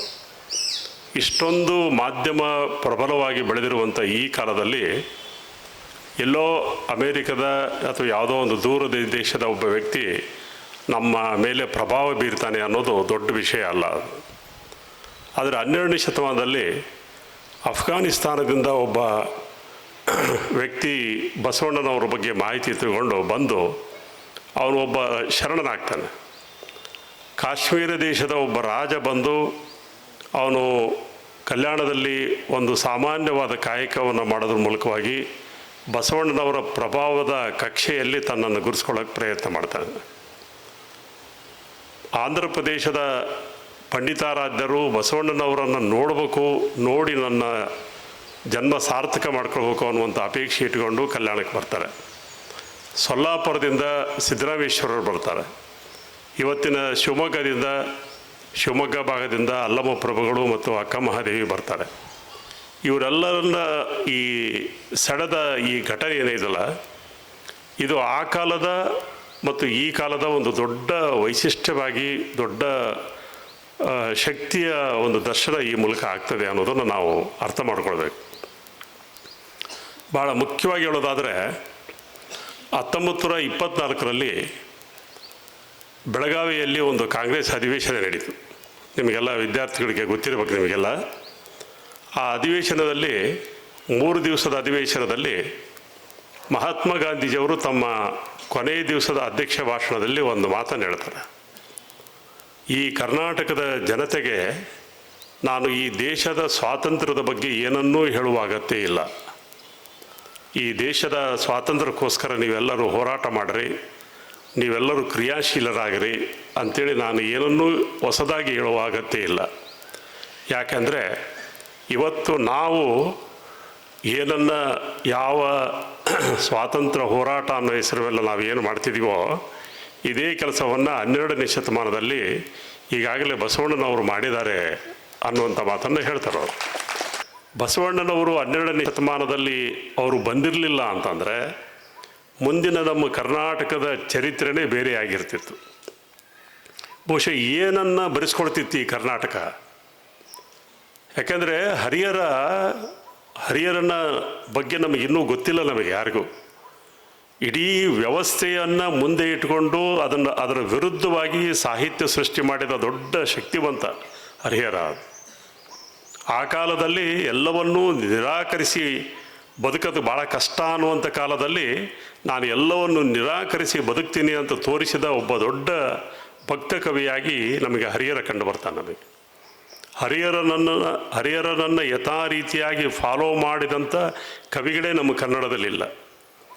ಅಂದರೆ ನಾನು ಹೇಳ್ತಿರೋದು 13ನೇ ಬಸವಣ್ಣನವರು ಲಿಂಗೈಕ್ಯರಾದ ಮರುಕ್ಷಣದಿಂದನೇ ಈ ಕ್ಷಣದವರೆಗೆ ಒಬ್ಬ ಬಸವಣ್ಣ ಹೋಗಿರ್ಬೋದು ಚರಿತ್ರೆಯಲ್ಲಿ, ಆದರೆ ಕೋಟಿ ಕೋಟಿ ಬಸವಣ್ಣನವರು ನಮ್ಮೆಲ್ಲ ಅಂತರಂಗದೊಳಗೆ ಸೇರಿಕೊಳ್ಳೋದ್ರ ಮೂಲಕವಾಗಿ ಅವರು ಜೀವಂತವಾಗಿ ಇದ್ದಾರೆ ಅನ್ನುವಂಥದ್ದು ಭಾಳ ಮುಖ್ಯವಾಗಿರುವಂಥ. ಇನ್ನು ಒಂದು ಸಣ್ಣ ಘಟನೆ ಹೇಳ್ಬಿಡ್ತೀನಿ, ಎಲ್ಲ ಮಕ್ಕಳಿರೋದ್ರಿಂದ ಅವ್ರಿಗೆ ಇಷ್ಟ ಆಗ್ಬೋದು ಅನ್ನೋ ಕಾರಣಕ್ಕೆ. ಹೊಸಪೇಟೆಯಲ್ಲಿ ನಮ್ಮ ಮನೆ ಇರೋದು ಬಸವೇಶ್ವರ ಬಡಾವಣೆಯಲ್ಲೇ. ಒಮ್ಮೆ ಒಬ್ಬ ಹುಡುಗ ನಮ್ಮ ಮನೆ ಮುಂದೆ ಒಂದು ಪೇಪರ್ ಕೊಟ್ಟು ಹೋಗ್ತಾನೆ, ಒಂದು ವಿಜಯ ಕರ್ನಾಟಕ ಪೇಪರ್ ಕೊಟ್ಟು ಹೋಗ್ತಾನೆ. ಸಣ್ಣ ಹುಡುಗ ಅವನು. ಎಷ್ಟು ಸಣ್ಣ ಹುಡುಗ ಅಂದರೆ ಅವನು ಸೈಕಲ್ ಮೇಲೆ ಬರ್ತಾನೆ. ಅವನು ಸೈಕಲ್ ಮೇಲೆ ಬಂದು ಪೇಪರ್ ಹಿಂಗೆ ಬಿಸಾಕಿ ಹೋಗ್ಬಿಡೋದು ಅಷ್ಟೇ. ಇನ್ ಕೇಸ್ ಏನಾದರೂ ಸೈಕಲ್ ನಿಲ್ಲಿಸಿ ಕೊಡಬೇಕು ಅಂದರೆ ಅವನು ಸೈಕಲಿಂದ ಕೆಳಗೆ ಇಳಿಬೇಕು ಅವನು. ಯಾಕಂದ್ರೆ ಅವನ ಎರಡೂ ಕಾಲುಗಳು ಸೈಕಲಿನ ಪೆಡ್ಲಿಕ್ಕೆ ಸಿಗಂಗಿಲ್ಲ. ಅದು ಅಷ್ಟು ಸಣ್ಣ ಹುಡುಗ ಅವನು. ಸೈಕಲ್ ಒಂದು ಯೂನಿಫಾರ್ಮ್, ಸ್ಕೂಲ್ ಯೂನಿಫಾರ್ಮ್ ಹಾಕ್ಕೊಂಡಿರ್ತಾನೆ. ಅವನ ಕಾಲಿಗೆ ಚಪ್ಪಲಿ ಇಲ್ಲ, ಸ್ಕೂಲು ನಿಕ್ಕಾರು ಇದೆಲ್ಲ ಹಾಕ್ಕೊಂಡಿರ್ತಾನೆ. ನಾನು ಒಂದು ಸಲ ಅವನು ಮಾತಾಡಿಸ್ಬೇಕು ಅಂತ ಅನ್ನಿಸ್ತಾನೆ. ಒಂದು ನಿಲ್ಲಿಸಿ ಕೇಳಿದೆ. ಅವನು ಸೈಕಲಿಂದ ಕೆಳಗೆ ಇಳಿದು ಹೇಳ್ದ. ಅವನು, ಏನಪ್ಪ ನಿನ್ನ ಹೆಸರು? ರಮೇಶ. ಎಷ್ಟೇ ಕ್ಲಾಸ್ ಓದ್ತಿದ್ದಿ? 6ನೇ ಕ್ಲಾಸ್ ಓದ್ತಿದ್ದೆ ಸರ್. ಯಾವ ಸ್ಕೂಲು? ಯಾವುದೋ ಸ್ಕೂಲ್ ಹೇಳ್ದೆ. ಮತ್ತು ಎಷ್ಟು ಕೊಡ್ತಾರೆ ನಿನಗೆ ಸಂಬಳ? ಇದು ಒಂದು 250 ರೂಪಾಯಿ ಸಂಬಳ ಕೊಡ್ತಾರೆ. ಆ 150 ರೂಪಾಯಿ ಸಂಬಳ ತಗೊಂಡೋಗಿ ನಮ್ಮ ಅಮ್ಮಗೆ ಕೊಡ್ತೀನಿ, ಆಕೆ ಖರ್ಚಿಗೆ ಬಳಸ್ತಾಳೆ. ಇನ್ನು 100 ರೂಪಾಯಿ ನನ್ನ ಹೆಸರು ಮೇಲೆ ಬ್ಯಾಂಕ್ನಾಗ ಇಡ್ತಾಳೆ ನಮ್ಮಮ್ಮ ಅಂದ ಅವನು. ಮತ್ತು ಸ್ಕೂಲಿಗೆ ಯಾವಾಗ ಹೋಗ್ತೀನಿ ನಾನು? ಇದೆಲ್ಲ ಮುಗಿಸ್ಕೊಂಡು ಮನೆಗೆ ಹೋಗಿ ಏನಾದರೂ ತಿಂಡಿ ತಿಂದು ಸ್ಕೂಲಿಗೆ ಹೋಗ್ತೀನಿ. ಮತ್ತು ನಿನಗೆ ಸುಸ್ತಾಗಂಗಿಲ್ಲೇನೋ? ಆಗಂಗಿಲ್ಲ ಸರ್, ದುಡಿಬೇಕಲ್ಲ. ಮತ್ತು ಆಮೇಲೆ ಅವನು ರಸ್ತೆ ಮೇಲೆ, ನಾನು ಸುಮ್ಮನೆ ಒಳಗೆ ಹೋಗ್ಬಿಟ್ಟಿದ್ರೆ ಚೆನ್ನಾಗಿರ್ತೇನೋ ನಾನು. ಅವನು ಅಲ್ಲಿಂದಿಸ್ಕೊಂಡು ಕೇಳಿದೆ ಅವನಿಗೆ, ಮತ್ತು ಇದೆಲ್ಲ ಮಾಡ್ತಿಲ್ಲ, ನೀನು ಸುಸ್ತಾಗೋದಿಲ್ಲ ಅಂತ ಕೇಳಿದ್ರೆ ಅವ್ನು ಲಾಸ್ಟಿಗೆ ಏನಂತ ಗೊತ್ತಾ? ಕೈ ಹಿಂಗೆ ಮುಷ್ಟಿ ಮಾಡಿ, ದುಡಿಬೇಕು ಸಾರ್ ಜೀವನದಾಗ ಅಂದವ. ನನಗೆ ಹೇಳ್ತಾನ ಅವನು. ಒಂದು ದೊಡ್ಡ ಕಾಲೇಜಿನಲ್ಲಿ 3,500 ಮಂದಿ ವಿದ್ಯಾರ್ಥಿಗಳಿರುವಂಥ ಕಾಲೇಜಿನಲ್ಲಿ 32 ವರ್ಷ ಪಾಠ ಮಾಡಿದ ನನಗೆ ಜೀವನದಾಗ ದುಡಿಬೇಕು ಸಾರ್ ಅಂತ ಪಾಠ ಹೇಳ್ತಾನೆ ನನಗೆ. ನನಗೆ ಆ ಕ್ಷಣ ಏನು ನೆನಪಾತು ಅಂದರೆ ಚನ್ನಬಸವಣ್ಣವ್ರದ್ದು ಒಂದು ವಚನ ನೆನಪಾತು ನನಗೆ. ಚನ್ನಬಸವಣ್ಣವರು ಒಂದು ವಚನದಲ್ಲಿ ಹೇಳ್ತಾರೆ, ಗುರು ಮತ್ತು ಶಿಷ್ಯರ ನಡುವಿನ ಅಂತರ ಲಘುವಾದದ್ದು. ಗುರು ಮತ್ತು ಶಿಷ್ಯರ ನಡುವಿನ ಅಂತರ ಲಘುವಾದದ್ದು. ಕೇಳುವ ಶಿಷ್ಯ ಹೇಳುತ್ತಾ ಹೇಳುತ್ತಾ ಗುರುವಾದ, ಹೇಳುವ ಗುರು ಕೇಳುತ್ತಾ ಕೇಳುತ್ತಾ ಶಿಷ್ಯನಾದ. ಆ ಕ್ಷಣದಲ್ಲಿ ಈ ರಮೇಶ ಅನ್ನುವಂಥ 6ನೇ ಕ್ಲಾಸ್ ಹೋದ ಹುಡುಗ, ಒಂದು 12-13ನೇ ವಯಸ್ಸಿನ ಹುಡುಗ ರಸ್ತೆ ಮೇಲೆ ನಿಂತ್ಕೊಂಡು ನನಗೆ ಪಾಠ ಹೇಳಿ ಗುರು ಆಗಿಬಿಟ್ಟ. ಪಾಠ ಹೇಳಿ ನನಗೆ ಗುರು ಆಗಿಬಿಟ್ಟ. ಅಂದರೆ ಒಬ್ಬ ವ್ಯಕ್ತಿಯನ್ನು, ಒಬ್ಬ ಹುಡುಗನನ್ನು ವಯಸ್ಸಿನ ಮೀರಿದ ಜ್ಞಾನ ಇತ್ತು ಅಂದರೆ, ವಯಸ್ಸಿಗೆ ಮೀರಿದ ತಿಳುವಳಿಕೆ ಇತ್ತು ಅಂದರೆ ಅವನನ್ನು ಗುರುವಾಗಿ ಸ್ವೀಕಾರ ಮಾಡಿಕೊಳ್ಳುವಂಥ ಈ ಕೆಪ್ಯಾಸಿಟಿಯನ್ನು ಕೊಟ್ಟಿರೋದು ಯಾವುದು ಅಂದರೆ ಅದು ಬಸವ ಸಂಸ್ಕೃತಿ. ಬಸವಣ್ಣನವರು ಎಷ್ಟೋ ಸಂದರ್ಭದಲ್ಲಿ ಚನ್ನಬಸವಣ್ಣನವರಿಗೆ ಶರಣಾರ್ಥಿಗಳನ್ನು ಹೇಳ್ತಾರೆ. ಅವರು ಶರಣಾರ್ಥಿಗಳನ್ನು ಇಳಿಸಿಕೊಳ್ಳುವಂಥ ಚನ್ನಬಸವಣ್ಣನವರು ಬಸವಣ್ಣನವರಿಗೆ ಸೋದರಳಿ ಆಗಬೇಕು. ಆದರೆ ಷಟ್ಸ್ಥಲದ ವಿಚಾರಗಳು ಬಂದಾಗ ಬಸವಣ್ಣನವರು ನನಗೆ ಚನ್ನಬಸವಣ್ಣನಿಂದ ನಾನು ಷಟ್ಸ್ಥಲ ಜ್ಞಾನವನ್ನು ಕಲಿತೆ ಅನ್ನುವಂಥ ಮಾತನ್ನೇ ಹೇಳ್ತಾರೆ. ಇವೆಲ್ಲವೂ ಏನದವಲ್ಲ, ಜ್ಞಾನ ಪ್ರಣೀತವಾಗಿರುವಂಥ ಈ ಧರ್ಮದ ಭಾಳ ಮುಖ್ಯವಾದ ಗುಣ ಏನು ಅಂತಂದರೆ, ಜ್ಞಾನವೇ ಮಾನದಂಡವಾಗಿರುವಂಥ ಒಂದು ಮುಖ್ಯವಾದ ಈ ಗುಣದ ಮಾನದಂಡ ಏನು ಅಂತಂದರೆ, ಇದು ಒಬ್ಬ ವ್ಯಕ್ತಿಯ ವ್ಯಕ್ತಿತ್ವವನ್ನು ನೋಡಬೇಕೇ ಹೊರತು ವ್ಯಕ್ತಿಯನ್ನು ನೋಡಿ ಗೌರವಿಸುವಂಥದ್ದಲ್ಲ ಅಂತ ಹೇಳೋದು ಭಾಳ ಮುಖ್ಯವಾಗಿ ಗಮನಿಸಬೇಕಾಗಿರೋದು. ಹೀಗಾಗಿ ನಾನು ಇಲ್ಲಿ ನಿಮ್ಮ ಮುಂದೆ ಹೇಳುವಂಥ ಭಾಳ ಮುಖ್ಯವಾದ ಒಂದು ವಿಚಾರ ಏನು ಅಂತಂದರೆ, 12ನೇ ಶತಮಾನದ ಬಸವಣ್ಣನವರ ನೇತೃತ್ವದಲ್ಲಿ ನಡೆದಂಥ ಸಮಾಜೋಧಾರ್ಮಿಕವಾದ ಚಟುವಟಿಕೆಗಳ ಭಾಳ ಮುಖ್ಯವಾದ ಗುಣ ಏನಾಗಿತ್ತು ಅಂದರೆ, ವಿದ್ಯಾರ್ಥಿಗಳಿಗೆ ಗೊತ್ತಿರಲಿ, ಒಂದು ಇದು ಫ್ರೀಡಮ್ ಆಫ್ ಫೀಲಿಂಗ್ಸ್, ವಿಚಾರ ಸ್ವಾತಂತ್ರ್ಯ. ಎಲ್ಲರಿಗೂ ವಿಚಾರ ಮಾಡುವ ಶಕ್ತಿ ಇದೆ, ಎಲ್ಲರಿಗೂ ವಿಚಾರ ಮಾಡುವಂಥ ಗುಣ ಇದೆ. ಈ ಸ್ವಾತಂತ್ರ್ಯ ಏನೈತಲ್ಲ, ಈ ಸ್ವಾತಂತ್ರ್ಯದಿಂದ ಒಬ್ಬ ವ್ಯಕ್ತಿ ತನ್ನ ವ್ಯಕ್ತಿತ್ವವನ್ನು ನಿರೂಪಿಸಿಕೊಳ್ಳುವಂಥದ್ದು. ಎರಡನೇದಾಗಿ ಫ್ರೀಡಮ್ ಆಫ್ ಎಕ್ಸ್ಪ್ರೆಷನ್ಸ್, ಅಂದರೆ ಅಭಿವ್ಯಕ್ತಿ ಸ್ವಾತಂತ್ರ್ಯ. ಒಂದು ವಿಚಾರ ಸ್ವಾತಂತ್ರ್ಯ, ಮತ್ತೊಂದು ಅಭಿವ್ಯಕ್ತಿ ಸ್ವಾತಂತ್ರ್ಯ. ಪ್ರಸ್ತಾವನೆ ಹೇಳಿದಂಥವ್ರು ಹೇಳಿದರು, ಅನುಭವ ಮಂಟಪ ಇತ್ತು. ಅನುಭವ ಮಂಟಪದಲ್ಲಿ ಯಾರು ದೊಡ್ಡವರು ಅಂದರೆ, ಅನುಭವ ಮಂಟಪದಲ್ಲಿ ಯಾರು ಮಾತಾಡ್ತಿದ್ರೋ ಅವರು ದೊಡ್ಡವರು. ಯಾರು ಪ್ರಶ್ನೆ ಕೇಳ್ತಾರೋ, ಯಾರು ಅದಕ್ಕೆ ಸರಿಯಾದ ರೀತಿಯಾಗಿ ಉತ್ತರ ಕೊಡ್ತಾರೋ, ಪ್ರಶ್ನೆ ಕೇಳುವಂಥವನು ಶಿಷ್ಯನಾಗ್ತಾನೆ, ಉತ್ತರ ಕೊಡುವಂಥವನು ಗುರು ಆಗ್ತಾನೆ. ಆ ಪ್ರಶ್ನೆ ಕೇಳುವ ಮತ್ತು ಉತ್ತರ ಕೊಡುವ ಈ ಸಾಂಸ್ಕೃತಿಕ ಶೈಕ್ಷಣಿಕ ವಹಿವಾಟಿನಲ್ಲಿ ಯಾರು ದೊಡ್ಡವರು ಅಂತಂದರೆ, ಜ್ಞಾನವನ್ನೇ ಮಾನದಂಡವಾಗಿ ಮಾಡಿಕೊಂಡಿರುವಂಥವನು ದೊಡ್ಡವನಾಗ್ತಾನೆ. ಬಸವಣ್ಣನವರು ಎಷ್ಟೊಂದು ಸಂದರ್ಭದಲ್ಲಿ ತನ್ನ ಸಮೀಪದಲ್ಲೇ ಇರುವಂಥವರು, ಬಸವ ಪುರಾಣದಲ್ಲಿ ಒಂದು ಮಾತು ಬರ್ತದೆ, ಹೋಳಿಗೆ ಮಾರಯ್ಯ ಬಂದು ಬಸವಣ್ಣನವರ ಭೇಟಿ ಆಗ್ಬೇಕಂತ ಬಂದರೆ ಬಸವಣ್ಣನವರು ಸಂಗೋಳಿ ನಾಗಿದೇವನ ಮನೆಗೆ ಹೋಗಿದ್ದರಂತೆ. ಸಂಗೋಳಿ ನಾಗಿದೇವ ಆ ಕಾಲದ ಒಬ್ಬ ಕೆಳಜಾತಿಯವರು, ಅವ್ರ ಮನೆಗೆ ಹೋಗಿದ್ದರಂತೆ. ಅವ್ರ ಮನೆಯಲ್ಲಿ ಪ್ರಸಾದ ಉಂಡ್ರು ಅಂತ ಹೇಳ್ತಾರೆ ಅವರು. ಅಂದರೆ ಇಲ್ಲಿ ಏನು ನಡೆದಿತ್ತು ಅಂತಂದರೆ ವೈಚಾರಿಕ ಕ್ರಾಂತಿ ಇದು. ಯಾರು ದೊಡ್ಡವರು ಅಂತಂದರೆ ಇವರೇ ದೊಡ್ಡವರು. ವಯಸ್ಸಿನ ಮೇಲೆ ಒಬ್ಬ ವ್ಯಕ್ತಿಯ ದೊಡ್ಡತನವನ್ನು ಹೇಳೋದಲ್ಲ. ಒಂದು ಕೇಳ್ರಿ, ಒಂದು ಮಾತು ಭಾಳ ಮುಖ್ಯವಾಗಿ ಒಂದು ವಚನದಲ್ಲಿ ಬರ್ತದೆ, ಬಸವಣ್ಣವರ ವಚನದಲ್ಲಿ.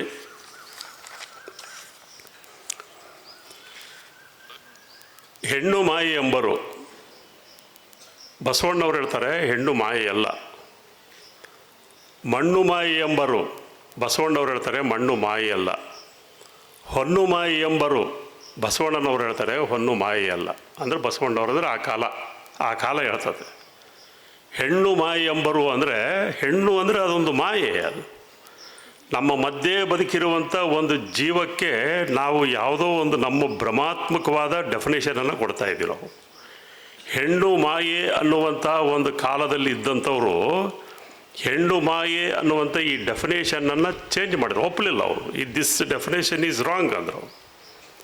ಈ ಡೆಫಿನೇಷನ್ ಒಂದು ರೀತಿಯಾಗಿ ಅವೈಜ್ಞಾನಿಕವಾದದ್ದು, ಈ ಡೆಫಿನೇಷನ್ ಒಂದು ರೀತಿಯಾಗಿ ಅವೈಚಾರಿಕವಾದದ್ದು, ಈ ಡೆಫಿನೇಷನ್ ಒಂದು ಅರ್ಥದಲ್ಲಿ ಪೂರ್ವಗ್ರಹ ಪೀಡಿತವಾದದ್ದು. ಇದನ್ನು ನಾನು ಒಪ್ಪೋದಿಲ್ಲ. ಇದನ್ನು ಹೆಣ್ಣು ಮಾಯೆ ಎಂಬರು, ಹೆಣ್ಣು ಈಸ್ ಈಕ್ವಲ್ಸ್ ಟು ಮಾಯೆ, ಇವ್ರು ಹೇಳ್ತಾರೆ ಹೆಣ್ಣು ಮಾಯೆ ಅಲ್ಲ. ಮಣ್ಣು ಮಾಯೆ ಎಂಬರು, ಇವ್ರು ಹೇಳ್ತಾರೆ ಮಣ್ಣು ಮಾಯೆ ಅಲ್ಲ. ಈ ಡೆಫಿನೇಷನ್ ತಪ್ಪಿದು. ನೆಕ್ಸ್ಟ್ ಹೇಳ್ತಾರೆ ಹೊನ್ನು ಮಾಯೆ ಎಂಬರು, ಹೊನ್ನು ಮಾಯೆ ಅಲ್ಲ. ಈ ಡೆಫಿನೇಷನ್ನು ತಪ್ಪೆ. ಮತ್ತು ಏನು ಮಾಯೆ ಹಂಗಾದ್ರೆ? ಮನದ ಮುಂದಣ ಆಸೆಯೇ ಮಹಾಮಾಯೆ.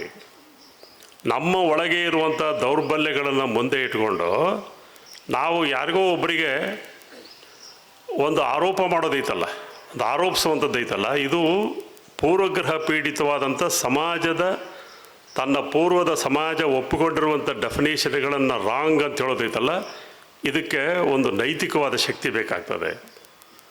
ಅದಕ್ಕೆ ಮುಂದೆ ಹೇಳ್ತಾರೆ, ನಾದಪ್ರಿಯ ಶಿವನೆಂಬರು, ಬಸವಣ್ಣವರು ತಮ್ಮ ವಚನದಲ್ಲಿ ಹೇಳ್ತಾರೆ ನಾದಪ್ರಿಯ ಶಿವನಲ್ಲ. ವೇದಪ್ರಿಯ ಶಿವನೆಂಬರು, ಬಸವಣ್ಣನವರು ಹೇಳ್ತಾರೆ ವೇದಪ್ರಿಯ ಶಿವನಲ್ಲ.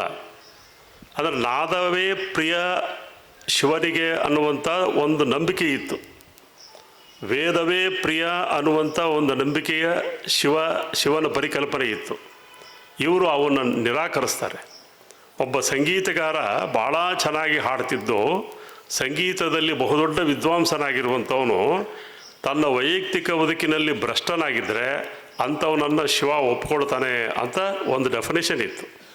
ಇವ್ರು ಹೇಳ್ತಾರೆ ನಾದಪ್ರಿಯ ಶಿವನಲ್ಲ. ವೇದಪ್ರಿಯ ಶಿವನೆಂಬರು, ವೇದಾಧ್ಯಯನ ಮಾಡಿದಂಥವನು, ಬಹಳ ದೊಡ್ಡ ವಿದ್ವಾಂಸನಾಗಿರುವಂಥವನು, ಅವನು ತನ್ನ ವೈಯಕ್ತಿಕ ಬದುಕಿನೊಳಗೆ ಭ್ರಷ್ಟನಾಗಿದ್ದರೂ ಶಿವ ಅವನನ್ನು ಒಪ್ಕೊಳ್ತಾನೆ ಅಂತ ಇತ್ತು.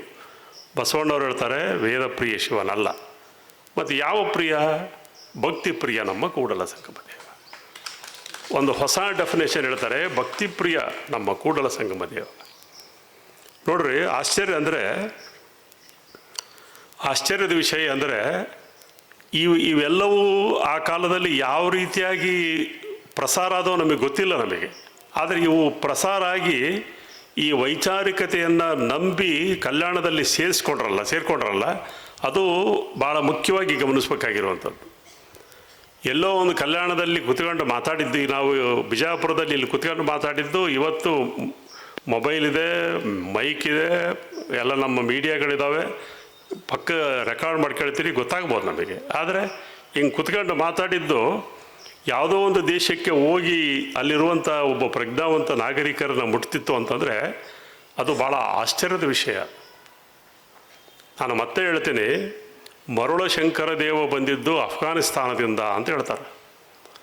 ಅಫ್ಘಾನಿಸ್ತಾನಕ್ಕೆ ಇವತ್ತು ನಾವು ಹೋಗಿ ಬರೋದು ಎಷ್ಟು ಕಷ್ಟ ಅಂಬೋದು ನಮಗೆ ಗೊತ್ತಿದೆ. ನಮಗೆ ಇಷ್ಟೆಲ್ಲ ಅನುಕೂಲಗಳಿದ್ದರು. ಅಫ್ಘಾನಿಸ್ತಾನದಿಂದ ಬಂದು ಅವನು ಎಲ್ಲಿದ್ದ ಅಂದರೆ ಬಸವಣ್ಣನವರ ಮಹಾಮನೆಯ ಮುಂದೆ, ಮಹಾಮನೆಯಲ್ಲಿ ಏನು ದಾಸೋಹ ನಡೀತಿತ್ತಲ್ಲ, ದಾಸೋಹದ ಎಂಜಲೆಲೆಗಳ ಮಧ್ಯದಲ್ಲಿ ಗುಂಡಿಯಲ್ಲಿದ್ದಂಥವನು. ಅಫ್ಘಾನಿಸ್ತಾನದಲ್ಲಿ ಈ ಗುಂಡಿ ಜಾಗ ಸಿಕ್ಕಿದ್ದಿಲ್ಲ ಅವನಿಗೆ. ಬಂದು ಕಲ್ಯಾಣದಲ್ಲಿ ಗುಂಡಿ ಎಂಜಲೆಲೆ ಇರುವಂಥ ಜಾಗದಲ್ಲಿ ಅವನು ಸೇರ್ತಾನೆ. ಈ ಶರಣರ ಮಿಕ್ಕ ಪ್ರಸಾದವನ್ನು ಉಂಡು ಬದುಕುವಂಥ ಸ್ಥಿತಿಯೊಳಗೆ ಅಫ್ಘಾನಿಸ್ತಾನದ ಒಬ್ಬ ಪ್ರಜ್ಞಾವಂತ ವ್ಯಕ್ತಿ ಇರ್ತಾನಂದರೆ ಇದನ್ನು ಸೆಳೆದಿದ್ದು ಯಾವ ರೀತಿಯಾಗಿ ಅನ್ನೋದು ಇಲ್ಲಿ ಮುಖ್ಯವಾಗಿ ಗಮನಿಸಬೇಕಾಗಿರೋದು. ಅವರ ಒಳಗೆ ಇರುವಂಥ ಭಕ್ತಿ ಅನ್ನುವಂಥ ತತ್ವ ಐತೆ. ಭಕ್ತಿ ಅಂತಂದ್ರೆ ಏನು? ನಮ್ಮ ಭಾವನೆಗಳನ್ನು ಉದಾತ್ತೀಕರಿಸಿಕೊಳ್ಳೋದು ಅಂತ, ನಮ್ಮ ವಿಚಾರಗಳನ್ನು ನಾವು ಪ್ರೌಢಗೊಳಿಸ್ಕೊಳ್ಳೋದು ಅಂತ. ಉಪನಿಷತ್ತಿನೊಳಗೆ 3 ವಿಚಾರಗಳು ಬರ್ತಾವೆ. ಕೇಳ್ರಿ ವಿದ್ಯಾರ್ಥಿಗಳು, ಹಿಂಸಕ, ಅಹಿಂಸಕ ಮತ್ತು ಅಹಿಂಸಿತ ಅಂತ 3 ತತ್ವಗಳು ಬರ್ತವೆ. ಹಿಂಸಕ ಅಂದರೆ ಮಾನಸಿಕವಾಗಿ, ದೈಹಿಕವಾಗಿ, ವೈಚಾರಿಕವಾಗಿ ಹಿಂಸೆ ಕೊಡೋನು ಅಂತ. ನಾನು ಹೆಚ್ಚು ಎಕ್ಸ್ಪ್ಲೇನ್ ಮಾಡೋಕ್ಕೆ ಹೋಗಲ್ಲ. ಮಾನಸಿಕವಾಗಿ, ದೈಹಿಕವಾಗಿ ಮತ್ತು ವೈಚಾರಿಕವಾಗಿ ಹಿಂಸೆ ಕೊಡುವಂಥವನು ಹಿಂಸಕ. ಅಹಿಂಸಕ ಅಂದರೆ ಮಾನಸಿಕವಾಗಿ, ದೈಹಿಕವಾಗಿ, ವೈಚಾರಿಕವಾಗಿ ಯಾವ ರೀತಿಯಾಗಿಯೂ ಹಿಂಸೆ ಕೊಡದವನು, ಅವನು ಅಹಿಂಸಕ.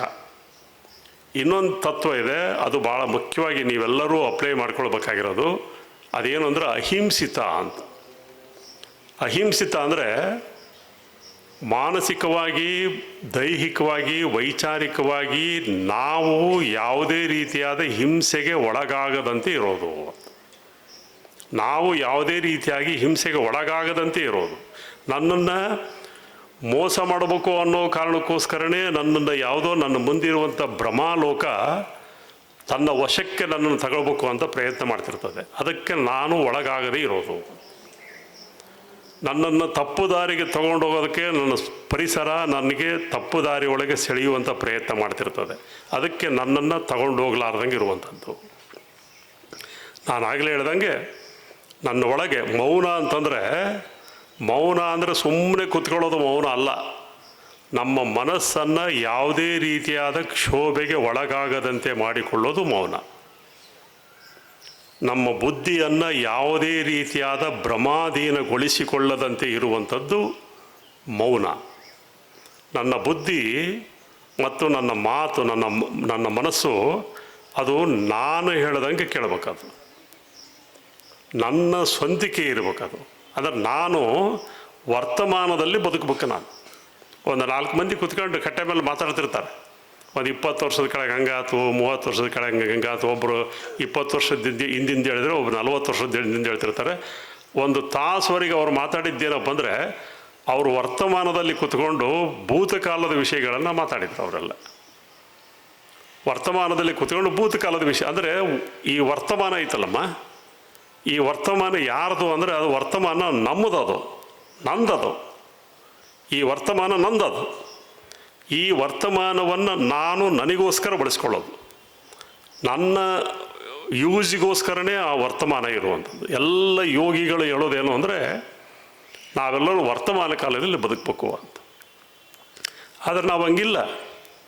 ನನಗೆ ಮುಂದೆ ಹೆಂಗೆ ಇನ್ನು 10 ವರ್ಷ ಆದಮೇಲೇನು, ಇನ್ನು 20 ವರ್ಷ ಆದಮೇಲೆ ನೋಡ್ರಿ, ವರ್ತಮಾನ ಕಾಲದಲ್ಲಿದ್ದು ಭವಿಷ್ಯತ್ ಕಾಲವನ್ನು ಬದುಕ್ತಾ ಇದ್ದೇವೆ ನಾವು.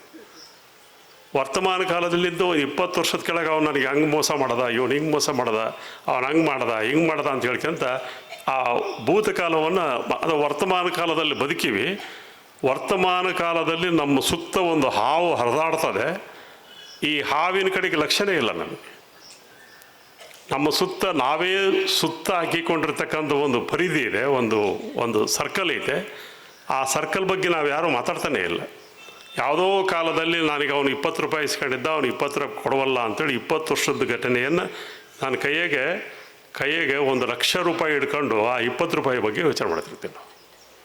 ಈ ವರ್ತಮಾನವನ್ನು ನನಗೋಸ್ಕರ ಬಳಸ್ಕೊಳ್ಳೋದೈತಲ್ಲ, ಆ ತಿಳುವಳಿಕೆ ಬೇಕಾಗಿರುವಂಥದ್ದು ಭಕ್ತಿ ಮೂಲದಲ್ಲಿ ಇರ್ತದೆ. ಆದರೆ ಭಕ್ತಿ ಅಂದರೆ ನಮ್ಮ ವಿಚಾರಗಳನ್ನು ಪ್ರೌಢಗೊಳಿಸ್ಕೊಳ್ಳೋದು. ನಾನು ಮತ್ತೊಂದು ಸಲ ಹೇಳ್ತೀನಿ ನಿಮಗೆ, ಅಹಿಂಸಿತ ಅಂದರೆ ನಾನು ಯಾವುದೇ ರೀತಿಯಾಗಿ ಡಿಸ್ಟರ್ಬ್ ಆಗಲಾರ್ದಂಗೆ ಇರೋದು. ಯಾರೋ ಒಬ್ಬರು ಬಂದು ನನ್ನನ್ನು ಮೋಸ ಮಾಡಬೇಕು ಅಂತಲೇ ಬರ್ತಾರೆ. ನನ್ನ ಮೆದುಳನ್ನು ತಮ್ಮ ವಶಕ್ಕೆ ತಗೋಬೇಕು ಅಂತ ಬರ್ತಾರೆ. ನನ್ನ ಮನಸ್ಸನ್ನು ಅವರ ವಶಕ್ಕೆ ತಗೊಳ್ಬೇಕು ಅಂತ ಬರ್ತಾರೆ. ಈ ನನ್ನ ಬುದ್ಧಿ, ನನ್ನ ಮನಸ್ಸನ್ನು ಅವ್ರ ವಶಕ್ಕೆ ನಾನು ಕೊಟ್ಬಿಟ್ಟೆ ಅಂದರೆ ನಾನು ಅವರನ್ನಾದನೇ ಹೊರತು ನಾನಾಗಲಿಲ್ಲ. ನಾನಾಗಬೇಕು ಅಂದರೆ ಏನು ಮಾಡಬೇಕು? ನನ್ನ ಬುದ್ಧಿ ಮತ್ತು ಮನಸ್ಸುಗಳನ್ನು ನನಗೋಸ್ಕರ ಬಳಸ್ಕೊಳ್ಬೇಕು ಮತ್ತು ಸರಿಯಾದ ದಾರಿಯಲ್ಲಿ ಬಳಸ್ಕೊಳ್ಬೇಕು. ಈ ಸರಿಯಾದ ದಾರಿಯಲ್ಲಿ ಬಳಸ್ಕೊಳ್ಳುವಂಥ ಶಕ್ತಿ ಇರೋದು ಯಾರಿಗೆ ಅಂದರೆ ಭಕ್ತಿಯನ್ನು ನಂಬಿಕೊಂಡಂಥವನಿಗೆ. ಈ ಭಕ್ತಿಯನ್ನು ಸಾಮಾಜೀಕರಣಗೊಳಿಸಿದ್ದು 12ನೇ ಶತಮಾನದ ಬಸವಣ್ಣನವರ ಶರಣ ಸಂಸ್ಕೃತಿ ಅನ್ನೋದು. ಚತುರ್ವಿಧ ಸಾರಾಯ ಸಂಪತ್ತು ಅಂತ ವಚನಕಾರರಲ್ಲಿ ಮತ್ತೆ ಉಲ್ಲೇಖ ಆಗ್ತದೆ. ಭಕ್ತಿ, ಗುರು, ಲಿಂಗ, ಜಂಗಮ ಮತ್ತು ಪ್ರಸಾದ, ಇವು 4. ಇವು ಚತುರ್ವಿಧ ಸಾರಾಯಗಳು. ಗುರು, ಲಿಂಗ, ಜಂಗಮ ಮತ್ತು ಪ್ರಸಾದ. ಗುರುವಿನಲ್ಲಿ ಭಕ್ತಿ ಇರಬೇಕು. ಸಿದ್ದೇಶ್ವರ ಸ್ವಾಮಿಗಳಿಗೆ ಮಲ್ಲಿಕಾರ್ಜುನ ಸ್ವಾಮಿಗಳ ಬಗ್ಗೆ ಇತ್ತು. ಕೊನೆಯವರೆಗೂ ತಮ್ಮ ಗುರುಗಳನ್ನೇ ದೇವರು ಅಂತ ತಿಳ್ಕೊಂಡಂಥವ್ರು. ಪುಟ್ಟರಾಜ ಗವಾಯಿಗಳು ಪಂಚಾಕ್ಷರಿ ಗವಾಯಿಗಳನ್ನೇ ತಮ್ಮ ಗುರುಗಳು, ತಮ್ಮ ದೇವರು ಅಂತ ತಿಳ್ಕೊಂಡಂಥವ್ರು. ಅವರಿಗೆ ತಮ್ಮ ಗುರುಗಳು ಬಿಟ್ಟರೆ ಮತ್ತೊಂದು ಏನೂ ಇಲ್ಲ. ಇವೆಲ್ಲ ನೋಡಿರಿ. ಪುಟ್ಟರಾಜ ಗವಾಯಿಗಳು ಯಾವುದೇ ಊರಿಗೆ ಅವರು ಬಂದರು ಅಂದರೆ ಪ್ರವಚನದ ಆರಂಭದಲ್ಲಿ 2-3 ಮಾತು ಕಡ್ಡಾಯವಾಗಿ ಹೇಳ್ತಿದ್ರು. ಒಂದು, ನಿಮ್ಮ ಊರಿನಲ್ಲಿ ಯಾರಾದರೂ ಕುರುಡು ಹುಡುಗರಿದ್ದರೆ ಆ ಹುಡುಗರನ್ನ ನಮ್ಮ ಜೋಳಿಗೆಗೆ ಹಾಕ್ರಿ. ನೋಡ್ರಿ, ಕುರುಡು ಹುಡುಗರನ್ನ ಕೇಳ್ತಿದ್ರು ಅವರು. ಕುರುಡು ಮಕ್ಕಳು ನಿಮ್ಮ ಊರಾಗಿದ್ದಪ್ಪ ಅಂದರೆ ನಮ್ಮ ಜೋಳಿಗೆಗೆ ಹಾಕ್ರಿ, ನಮ್ಮ ಆಶ್ರಮಕ್ಕೆ ಕರ್ಕೊಂಡು ಹೋಗ್ತೀನಿ.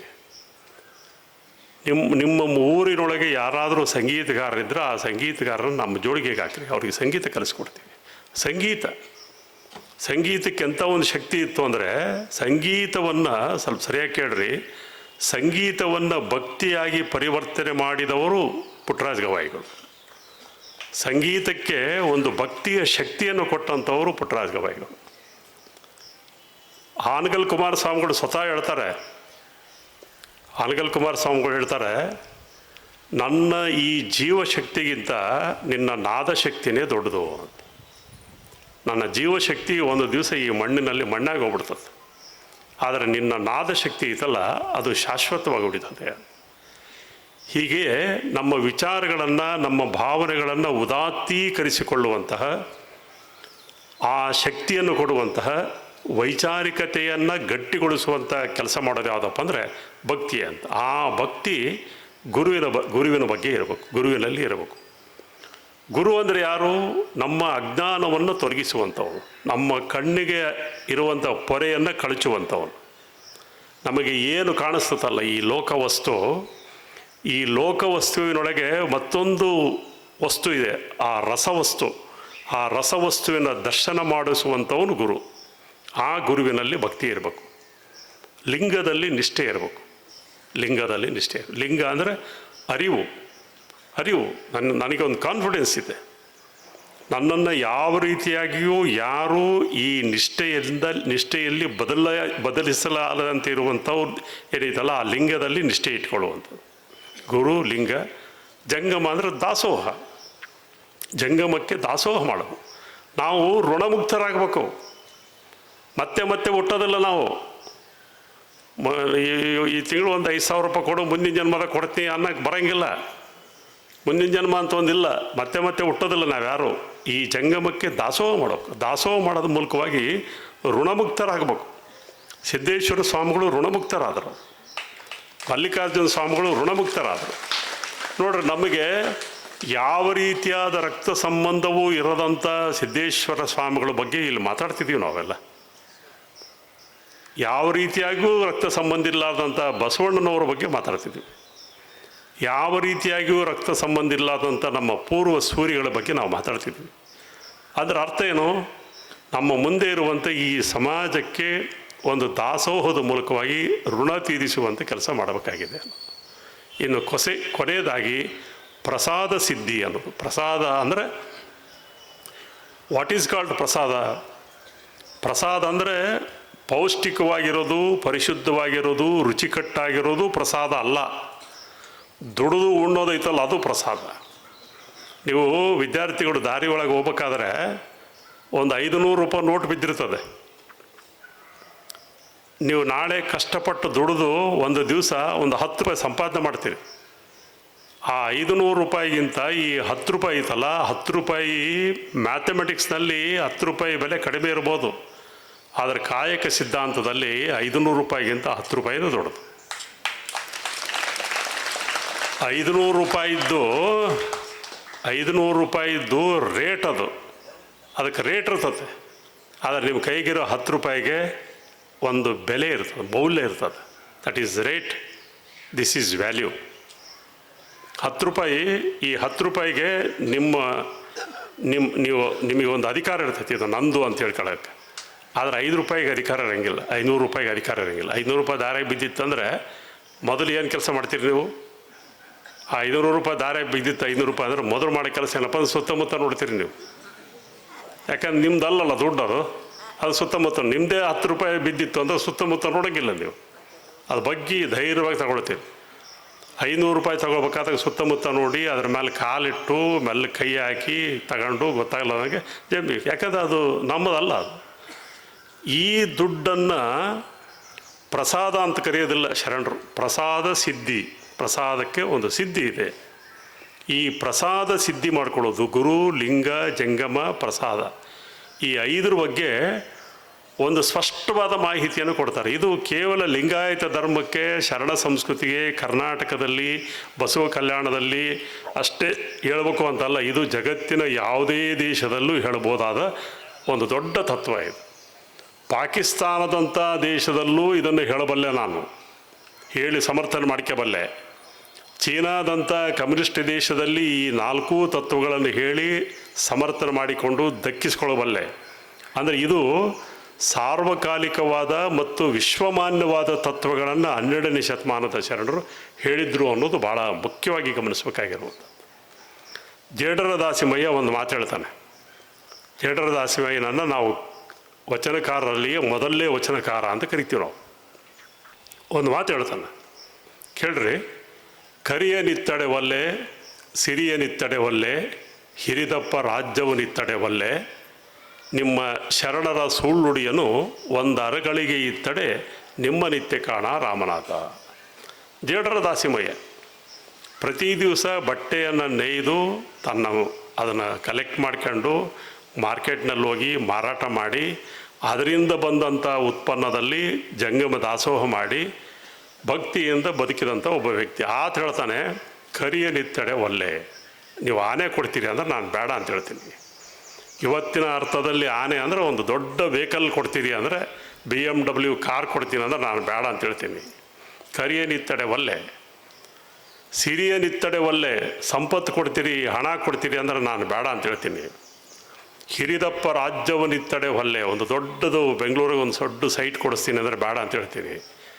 ಇವೆಲ್ಲವೂ ಬೇಡ ಅಂತ ರಿಜೆಕ್ಟ್ ಮಾಡಿ ಏನು ಕೇಳ್ತಿದ್ದಾನೆ ಅಂದರೆ, ನಿಮ್ಮ ಶರಣರ ಸುಳ್ಳುಡಿಯನು ಒಂದು ಅರಗಳಿಗೆ ಇತ್ತಡೆ ನಿಮ್ಮ ನಿತ್ಯ ಕಾಣ ರಾಮನಾಥ. ಇಷ್ಟು ಬಡತನದ, ಇವತ್ತಿನ ಅರ್ಥದಲ್ಲಿ ಬಡತನದಲ್ಲಿರುವಂಥ ದಾಸಿಮಯ್ಯ ದುಗ್ಗಳೆ ಅಂತ 2 ಗಂಡ ಹೆಂಡ್ತಿ ಒಂದು ಒಳ್ಳೆಯ ಮಾತು ನನಗೆ ಕಿವಿಗೆ ಬಿತ್ತು ಅಂದರೆ ಅವೆಲ್ಲವೂ ಈ 3ಕ್ಕಿಂತಲೂ ದೊಡ್ಡವು ಅಂತ ಹೇಳ್ತಿದ್ದಾರಲ್ಲ. ಎಂಥ ಕಾಲ ನೋಡ್ರಿ ಆ ಕಾಲ. ಜೇಡರ ದಾಸಿಮಯ್ಯನ ಅವರಿಬ್ಬರನ್ನು ಇವತ್ತು ಇಲ್ಲಿ ನೆನಪು ಮಾಡ್ಕೊಳ್ತಿರೋದು ಈ ಕಾರಣಕ್ಕೋಸ್ಕರನೇ. ಅವತ್ತೇನಾದರೂ ಕರಿಯನ್ನು ಕೇಳಿ, ಸಿರಿಯನ್ನು ಕೇಳಿ, ಹಿರಿದಪ್ಪ ರಾಜ್ಯವನ್ನು ಕೇಳಿದರೆ ಚರಿತ್ರೆಯೊಳಗೆ ಎಲ್ಲೂ ದಾಖಲೆ ಆಗ್ತಿರಲಿಲ್ಲ. ಇವತ್ತು ನಾನು ಆತನ ಬಗ್ಗೆ ಮಾತಾಡ್ತಾನೂ ಇದ್ದಿಲ್ಲ. ಕರಿಯನಿತ್ತಡೆ ಒಲ್ಲೆ, ಸಿರಿಯನಿತ್ತಡೆ ಒಲ್ಲೆ, ಹಿರಿದಪ್ಪ ರಾಜ್ಯವನಿತ್ತಡೆ ಒಲ್ಲೆ, ನಿಮ್ಮ ಶರಣರ ಸುಳ್ಳುಡಿಯನು ಒಂದು ಅರಗಳಿಗೆ ಇತ್ತಡೆ ನಿಮ್ಮ ನಿತ್ಯ ಕಾಣ ರಾಮನಾಥ. ಅಂದರೆ ಈ ಬದಲಾಗ್ತಿರುವಂಥ ಕಾಲಮಾನದ ಒಂದು ದೊಡ್ಡ ಲಕ್ಷಣವನ್ನು ಕುರಿತು 12ನೇ ಶತಮಾನದಲ್ಲಿ ಶರಣರು ಭಾಳ ಒಂದು 3-4 ಸಾಲಿನಲ್ಲಿ ಹೇಳಿ ನಮ್ಮನ್ನು ಇವತ್ತಿಗೂ ಪ್ರಜ್ಞಾವಂತರನ್ನಾಗಿ ಮಾಡುವಂಥ ಒಂದು ಗುಣ ಇಟ್ಕೊಂಡಿದ್ದಾರೆ ಅಂತಂದರೆ ಅದು ಈ ಚರಿತ್ರೆ ಒಳಗೆ ನಡೆದಂಥ ಒಂದು ದೊಡ್ಡ ವಿಷಯ. ಅದೇ ರೀತಿಯಾಗಿ ಇನ್ನೊಂದು ವಚನ ಬರ್ತದೆ, ಮರದೊಳಗೆ ಮಂದಾಗ್ನಿಯ ಉರಿಯದಂತಿರಿಸಿದೆ, ಮರದೊಳಗೆ ಮಂದಾಗ್ನಿಯ ಉರಿಯದಂತಿರಿಸಿದೆ, ನೊರೆ ವಾಲೊಳಗೆ ತುಪ್ಪವ ಕಂಪಿಲ್ಲದಂತಿರಿಸಿದೆ, ದೇಹದೊಳಗೆ ಆತ್ಮವನ್ನು ಆರೂ ಕಾಣದಂತಿರಿಸಿದೆ, ನೀ ಬೆರೆಸುವ ಭೇದಕ್ಕೆ ಆನು ಬೆರಗಾದಿನಯ್ಯ. ನೀ ಬೆರೆಸುವ ಭೇದ ನೋಡಿ, ಬೆರೆಸೋದು ಅಂದರೆ ಕೂಡಿಸೋದು ಅಂತ, ಮಿಕ್ಸ್ ಮಾಡೋದು ಅಂತ, ಭೇದ ಅಂದರೆ ಎರಡೂ ಬೇರೆ ಬೇರೆ ಅಂತ. ಎರಡೂ ಬೇರೆ ಬೇರೆ ಆಗಿರ್ತಕ್ಕಂಥವನನ್ನು ನೀನು ಕೂಡಿಸಿಟ್ಟಿಯಲ್ಲ. ಈ ಬೆರಗು ನನಗೆ ಆಶ್ಚರ್ಯವನ್ನು ಉಂಟು ಮಾಡ್ತಾ ಇದೆ. ನೋಡ್ರಿ, ಇಂಟ್ರೆಸ್ಟಿಂಗ್ ವಿಷಯ ಹೇಳ್ತೀನಿ ನಿಮಗೆ. ಮರದೊಳಗೆ ಮಂದಾಗ್ನಿ, ಮರದೊಳಗೆ ಬೆಂಕಿ ಐತೆ. ಕಾಡಿನೊಳಗೆ 2 ದೊಡ್ಡ ಮರಗಳು ಒತ್ತೊತ್ತಾಗಿ ಬೆಳೆದಿರ್ತವೆ. ಅವು ಘರ್ಷಣೆಯಾಗಿ ಅಲ್ಲಿ ಬೆಂಕಿ ಉತ್ಪತ್ತಿಯಾಗಿ ಆ ಬೆಂಕಿಯಿಂದ 2 ಮರಗಳು ಸುಟ್ಟು ಭಸ್ಮ ಆಗೋಗ್ಬಿಡ್ತಾವೆ. ಈ ಮರಗಳನ್ನು ಸುಟ್ಟಿದ್ದು ಯಾರು ಅಂತಂದರೆ ಮರದೊಳಗೆ ಇರುವಂಥ ಬೆಂಕಿ ಅದನ್ನು ಸುಟ್ಟಾಕಿಬಿಡ್ತವೆ. ಮರದೊಳಗೆ ಅದರ ಟೋಟಲಿ ಆಪೋಸಿಟ್ ಆಗಿರ್ತಕ್ಕಂಥ ಅವನು ಸುಟ್ಟು ಭಸ್ಮ ಮಾಡುವಂತಹ ಬೆಂಕಿಯನ್ನು ಇಟ್ಟಿದೀಯ ನೀನು. ಅದು ಹೆಂಗಿಟ್ಟಿ ಅಂದರೆ ಅದು ಸುಡಲಾರ್ದಂಗೆ ಇಟ್ಟೀಯ ನೀನು. ಈ ದೇಹದೊಳಗೆ ಆತ್ಮ ಇದೆ. ಅದು ಹೆಂಗೈತೆ ಅಂದರೆ ಈ ದೇಹದೊಳಗೆ ಆತ್ಮ ಯಾವ ರೀತಿ ಐತೆ ಅಂದರೆ ಅದು 2 ಬೇರೆ ಬೇರೆ ಅನ್ನಂಗೆ ಇರುವಂಥವನ್ನ ಒಂದೇ ಕಡೆಗೆ ಇಟ್ಟಿ ನೀನು, ಗೊತ್ತಾಗಲಾರ್ದಂಗೆ ಇಟ್ಟಿ ನೀನು. ಉಪನಿಷತ್ತಿನೊಳಗೆ ಒಂದು ಸಣ್ಣ ಕತೆ ಬರ್ತದೆ, ಸುಮ್ಮನೆ ಹೇಳ್ಬಿಡ್ತೀನಿ ನಿಮ್ಗೆ ಜಲ್ದಿ. ಈ ದೇಹದೊಳಗೆ ಒಂದು ಸರಿ ಜಗಳ ಆಗ್ತದಂತೆ, ಈ ಬಾಡಿ ಒಳಗೆ ಒಂದು ಸರಿ ಜಗಳ ಆಗ್ತದಂತೆ. ಈ ಕಣ್ಣು ಹೇಳ್ತಂತೆ, ನಾನು ಎಲ್ಲವನ್ನು ನೋಡ್ತಿದ್ದೀನಿ, ನಾನು ಭಾಳ ಶ್ರೇಷ್ಠವಾದವನು ಅಂತ. ಕಿವಿ ಹೇಳ್ತಂತೆ ನಾನು ಎಲ್ಲವನ್ನು ಕೇಳಕತ್ತೀನಿ, ನಾನು ಭಾಳ ಶ್ರೇಷ್ಠವಾದವನು. ಮೂಗು ಹೇಳ್ತು ನಾನು ಎಲ್ಲ ವಾಸನೆ ನೋಡಕತ್ತೀನಿ, ನಾನು ಭಾಳ ಶ್ರೇಷ್ಠವಾದವನು ಅಂತ. ಕೈ ಹೇಳ್ತು ನಾನು ಎಲ್ಲ ಕೆಲಸ ಮಾಡ್ತೀನಿ, ನಾನು ಭಾಳ ಶ್ರೇಷ್ಠವಾದವನು. ಕಾಲು ಹೇಳ್ತು ಇಡೀ ದೇಹವನ್ನು ನಾನು ಹೊತ್ಕೊಂಡು ಓಡಾಡ್ತಿದ್ದೀನಿ, ನಾನು ಭಾಳ ಶ್ರೇಷ್ಠವಾದವನು. ಇವೆಲ್ಲವೂ ಹಿಂಗೆ ಕುತ್ಕೊಂಡು ಮಾತಾಡ್ತಿರ್ಬೇಕಾದಾಗ ತಮ್ಮ ಕೆಲಸ ಹೇಳ್ಕೊಂಡು ನಾನು ಭಾಳ ಶ್ರೇಷ್ಠ ಅಂತೇಳಿ ಕೇಳ್ತಿರುವಾಗ ಅವೆಲ್ಲವೂ ಅನಿಸ್ತಂತೆ, ಹೌದು ನಾವೆಲ್ಲರೂ ಒಂದಲ್ಲ ಒಂದು ಕೆಲಸ ಮಾಡ್ತಿದ್ವಿ, ಆದರೆ ಈ ಹೊಟ್ಟೆ ಮಾತ್ರ ಏನು ಕೆಲಸನೇ ಮಾಡೋಂಗಿಲ್ಲಲ್ಲ.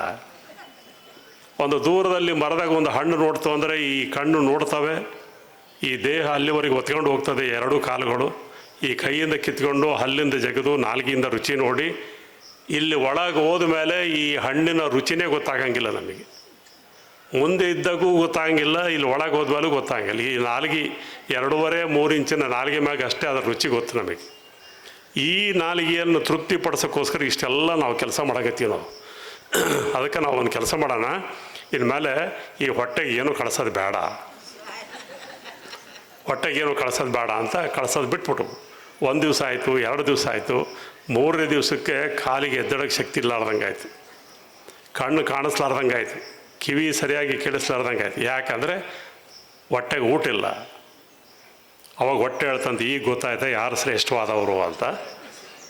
ಅದು ಸೊಕ್ಕಿನಿಂದ ಮಾತಾಡ್ತಿರುವಾಗ ಈ ಒಳಗಿರೋ ಆತ್ಮ ಹೇಳ್ತಂತೆ, ನೀವೆಲ್ಲರೂ ಇಲ್ಲೇ ಕೂತ್ಕೊಂಡಿರ್ರಿ, ನಾನು 1-2 ನಿಮಿಷ ಸ್ವಲ್ಪ ಹೊರಗೆ ಹೋಗ್ಬರ್ತೀನಿ ಅಂತ ಹೇಳ್ತಾನೆ.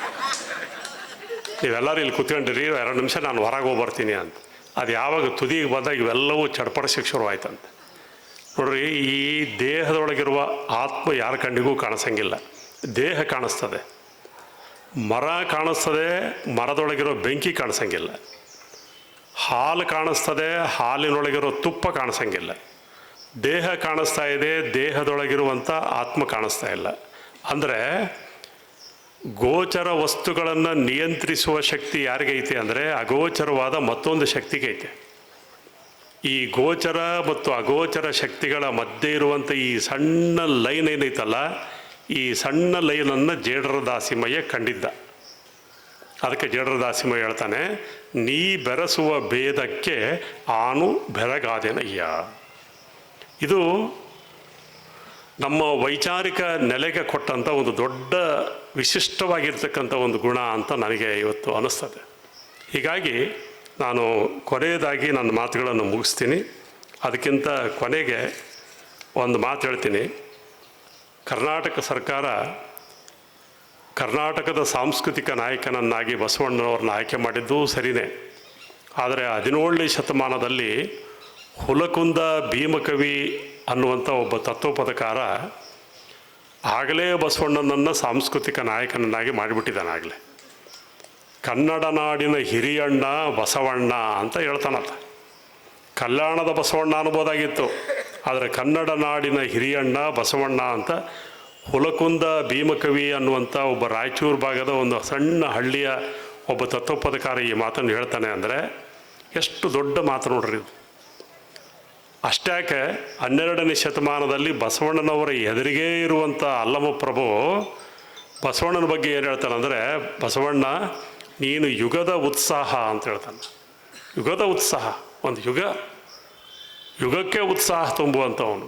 ಎಲ್ಲೋ ಇದ್ದಂಥವ್ರನ್ನ ಒಂದು ಕಡೆಗೆ ಸೆಳೆದು ಅವರನ್ನು ಶುದ್ಧ ಮಾಡುವಂಥ ಒಂದು ಕ್ರಿಯೆ ಮಾಡ್ತಿದೆಯಲ್ಲ, ಇದು ಭಾಳ ದೊಡ್ಡ ವಿಷಯ. ಇದು ಭೀಮಕವಿ ಬಸವ ಪುರಾಣವನ್ನು ಬರೆಯುವಾಗ ಆತನಿಗೆ ಒಂದು ರೀತಿಯ ಆತಂಕ ಇತ್ತು. ಭೀಮಕವಿಗೆ ಬಸವಣ್ಣನಂಥ ವ್ಯಕ್ತಿಯ ಬಗ್ಗೆ ಬರೀಬೇಕಲ್ಲ, ನಾನು ಹೆಂಗೆ ಬರೆಯೋದು ಅಂತ. ಪಾಲ್ಕುರಿಕೆ ಸೋಮನಾಥನ ತೆಲುಗಿನ ಬಸವ ಪುರಾಣವನ್ನು ಕನ್ನಡಕ್ಕೆ ತಂದವನು. ಅವನು ಹೇಳ್ತಾನೆ, ಬಸವಣ್ಣವನ ಬಗ್ಗೆ ಬರೀಬೇಕಾದಾಗ ನನಗೆ ಆತಂಕ ಇತ್ತು. ಈ ಬಡಮತಿಯವನು ನಾನು ಹೆಂಗೆ ಇದನ್ನು ಬರೀಲಿ ಅಂತ. ಅವನು ತನ್ನ ಒಂದು ವಚನದಲ್ಲಿ, ತನ್ನ ಒಂದು ಷಟ್ಪದಿ ಒಳಗೆ ಹೇಳ್ತಾನೆ, ಪ್ರಾಸ ಯತಿ ಗಣ ಗದ್ಯ ಪದ್ಯ ಸಮಾಸಯುತ ವಸ್ತುಕದ ಮುಂದೆ ವಿಳಾಸಮೇ ಸಾಮಾನ್ಯಮೇ ಈ ವರ್ಣಕವು ಈ ಕವಿತೆಯು ಎಂದು ಓಸರಿಸದಿರಿ. ಭಾಳ ಮುಖ್ಯವಾಗಿ ಬರಿಯ ಕನ್ನಡ ಭಾಷೆ ಎಂದೆನಲಾಗದು, ಇಳೆಗಿದು ವೇದ ಲೇಸೆನಿಪ ವೇದ ಪ್ರಮಾಣದ ಭಾಷೆ ಎಂದೆನಿಪದು. ಅಂದರೆ ನಾನು ಬಸವಣ್ಣನವರ ಬಗ್ಗೆ ಕನ್ನಡದಲ್ಲಿ ಬರಿತಾ ಇರೋದರಿಂದ, ಕನ್ನಡದಲ್ಲಿ ಬಸವಣ್ಣನವರ ಬಗ್ಗೆ ಬರಿತಾ ಇರೋದ್ರಿಂದ ನನಗೆ ದೊಡ್ಡ ಹೆಮ್ಮೆ ಅನ್ನಿಸ್ತದೆ. ಅಂದರೆ ಭೀಮಕವಿ ಹೆಂಗೆ ಹೇಳ್ತಾನೆ ಅಂದರೆ, ನನಗೆ ಬಸವಣ್ಣ ಬೇರೆ ಕನ್ನಡ ಬೇರೆ ಅಂತ ಅನಿಸ್ವಲ್ತು ಅಂತ ಹೇಳ್ತಾನೆ. ಬಸವಣ್ಣ ಅಂದರೆ ಒಬ್ಬ ವ್ಯಕ್ತಿ, ಕನ್ನಡ ಅಂತಂದರೆ ಒಂದು ಭಾಷೆ. ಇವೆರಡೂ ಒಂದಕ್ಕೊಂದು ಸಮ್ಮಿಳನೆ ತಗೊಂಡಿರುವಂಥವುಗಳು ಅಂತ. 16ನೇ ಶತಮಾನದ ಒಬ್ಬ ಕವಿ ಕಲ್ಯಾಣವನ್ನು, ಬಾಗೇವಾಡಿಯನ್ನು ಕನ್ನಡ ಬಾಗೇವಾಡಿ ಅಂತ ಕರೀತಾನೆ. ಕನ್ನಡ ಬಾಗೇವಾಡಿ ಅಂತ ಕರೆಯೋದಕ್ಕೆ ಕಾರಣ ಏನಂದರೆ, ಕನ್ನಡವನ್ನು ಬಸವಣ್ಣನವರು ವಚನಗಳ ಮೂಲಕವಾಗಿ ಉದ್ಧಾರ ಮಾಡಿದವರು ಅನ್ನೋದು. ಹೀಗಾಗಿ ಕನ್ನಡ ನಾಡಿನ ಸಾಂಸ್ಕೃತಿಕ ನಾಯಕನಾಗಿ ಬಸವಣ್ಣನನ್ನು ಆಯ್ಕೆ ಮಾಡಿಕೊಂಡಿರೋದರಲ್ಲಿ ಯಾವುದೇ ರೀತಿಯಾದಂಥ ಉತ್ಪ್ರೇಕ್ಷೆ ಇಲ್ಲ. ಮತ್ತೊಂದು ಸರಿ ಹೇಳ್ತೀನಿ ನಿಮಗೆ, 12ನೇ ಶತಮಾನವನ್ನು ಸಂಪೂರ್ಣವಾಗಿ ತನ್ನ ವಶಕ್ಕೆ ತಗೊಂಡಂಥ ವ್ಯಕ್ತಿ ಕರ್ನಾಟಕದ ಚರಿತ್ರೆಯಲ್ಲಿ ಇರೋದು ಅಂತಂದರೆ ಅದು ಬಸವಣ್ಣನವರು ಮಾತ್ರ. ಅದೇ ರೀತಿಯಾಗಿ 12ನೇ ಶತಮಾನದ ನಂತರದಲ್ಲಿ ಇಡೀ ಈ ಸುಮಾರು ಒಂದು 850, 900 ವರ್ಷಗಳವರೆಗೆ ಇಡೀ ಕರ್ನಾಟಕವನ್ನು ತನ್ನ ವಶಕ್ಕೆ ತಗೊಂಡಿರುವಂಥ ವ್ಯಕ್ತಿ ಏನಾದರೂ ಚರಿತ್ರೆ ಒಳಗೆ ಸಿಗ್ತಾನೆ ಅಂದರೆ ಅದೂ ಸಹ ಬಸವಣ್ಣವ್ರು ಮಾತ್ರ. ನೋಡ್ರಿ, ನನಗೆ ಭಾಳ ದೊಡ್ಡ ವಿಷಯ ಅನಿಸೋದೇನೆಂದರೆ, ಲಂಡನ್ನಿನ ಪಾರ್ಲಿಮೆಂಟಿನ ಮುಂದೆ ಬಸವಣ್ಣವರು ಮೂರ್ತಿ ನಿಲ್ಲಿಸ್ತಾರೆ ಅಂತಂದರೆ, ಕರ್ನಾಟಕದ ಒಂದು ರಾಜ್ಯದ, ಒಂದು ಜಿಲ್ಲೆಯ, ಒಂದು ಸಣ್ಣ ಊರಿನಲ್ಲಿರ್ತಕ್ಕಂಥ 12ನೇ ಶತಮಾನದಲ್ಲಿ ಕಾರ್ಯಚಟುವಟಿಕೆಗಳನ್ನು ಮಾಡಿದಂಥ ಒಬ್ಬ ವ್ಯಕ್ತಿಯನ್ನು ಜಗತ್ತಿನ ಒಂದು ಶ್ರೇಷ್ಠ ಪಾರ್ಲಿಮೆಂಟಿನ ಮುಂದೆ ಒಂದು ಸ್ಟ್ಯಾಚ್ಯೂ ನಿಲ್ಲಿಸ್ತಾರೆ ಅಂತಂದರೆ ಇದು ಇಡೀ ಕನ್ನಡಿಗರಿಗೆ ಕೊಟ್ಟಂಥ ಗೌರವ ಅಂತ ನಾನು ಅಂದ್ಕೊಂಡಿದ್ದೀನಿ. ಇಡೀ ಕರ್ನಾಟಕದ ಚರಿತ್ರೆಗೆ ಕೊಟ್ಟಿರುವಂಥ ಗೌರವ ಅಂತ ನಾನು ಅಂದ್ಕೊಂಡಿದ್ದೀನಿ. ಇಷ್ಟು ಹೇಳಿ ನಾನು 2 ಮಾತು ಮುಗಿಸ್ತೀನಿ. ನಮಸ್ಕಾರ.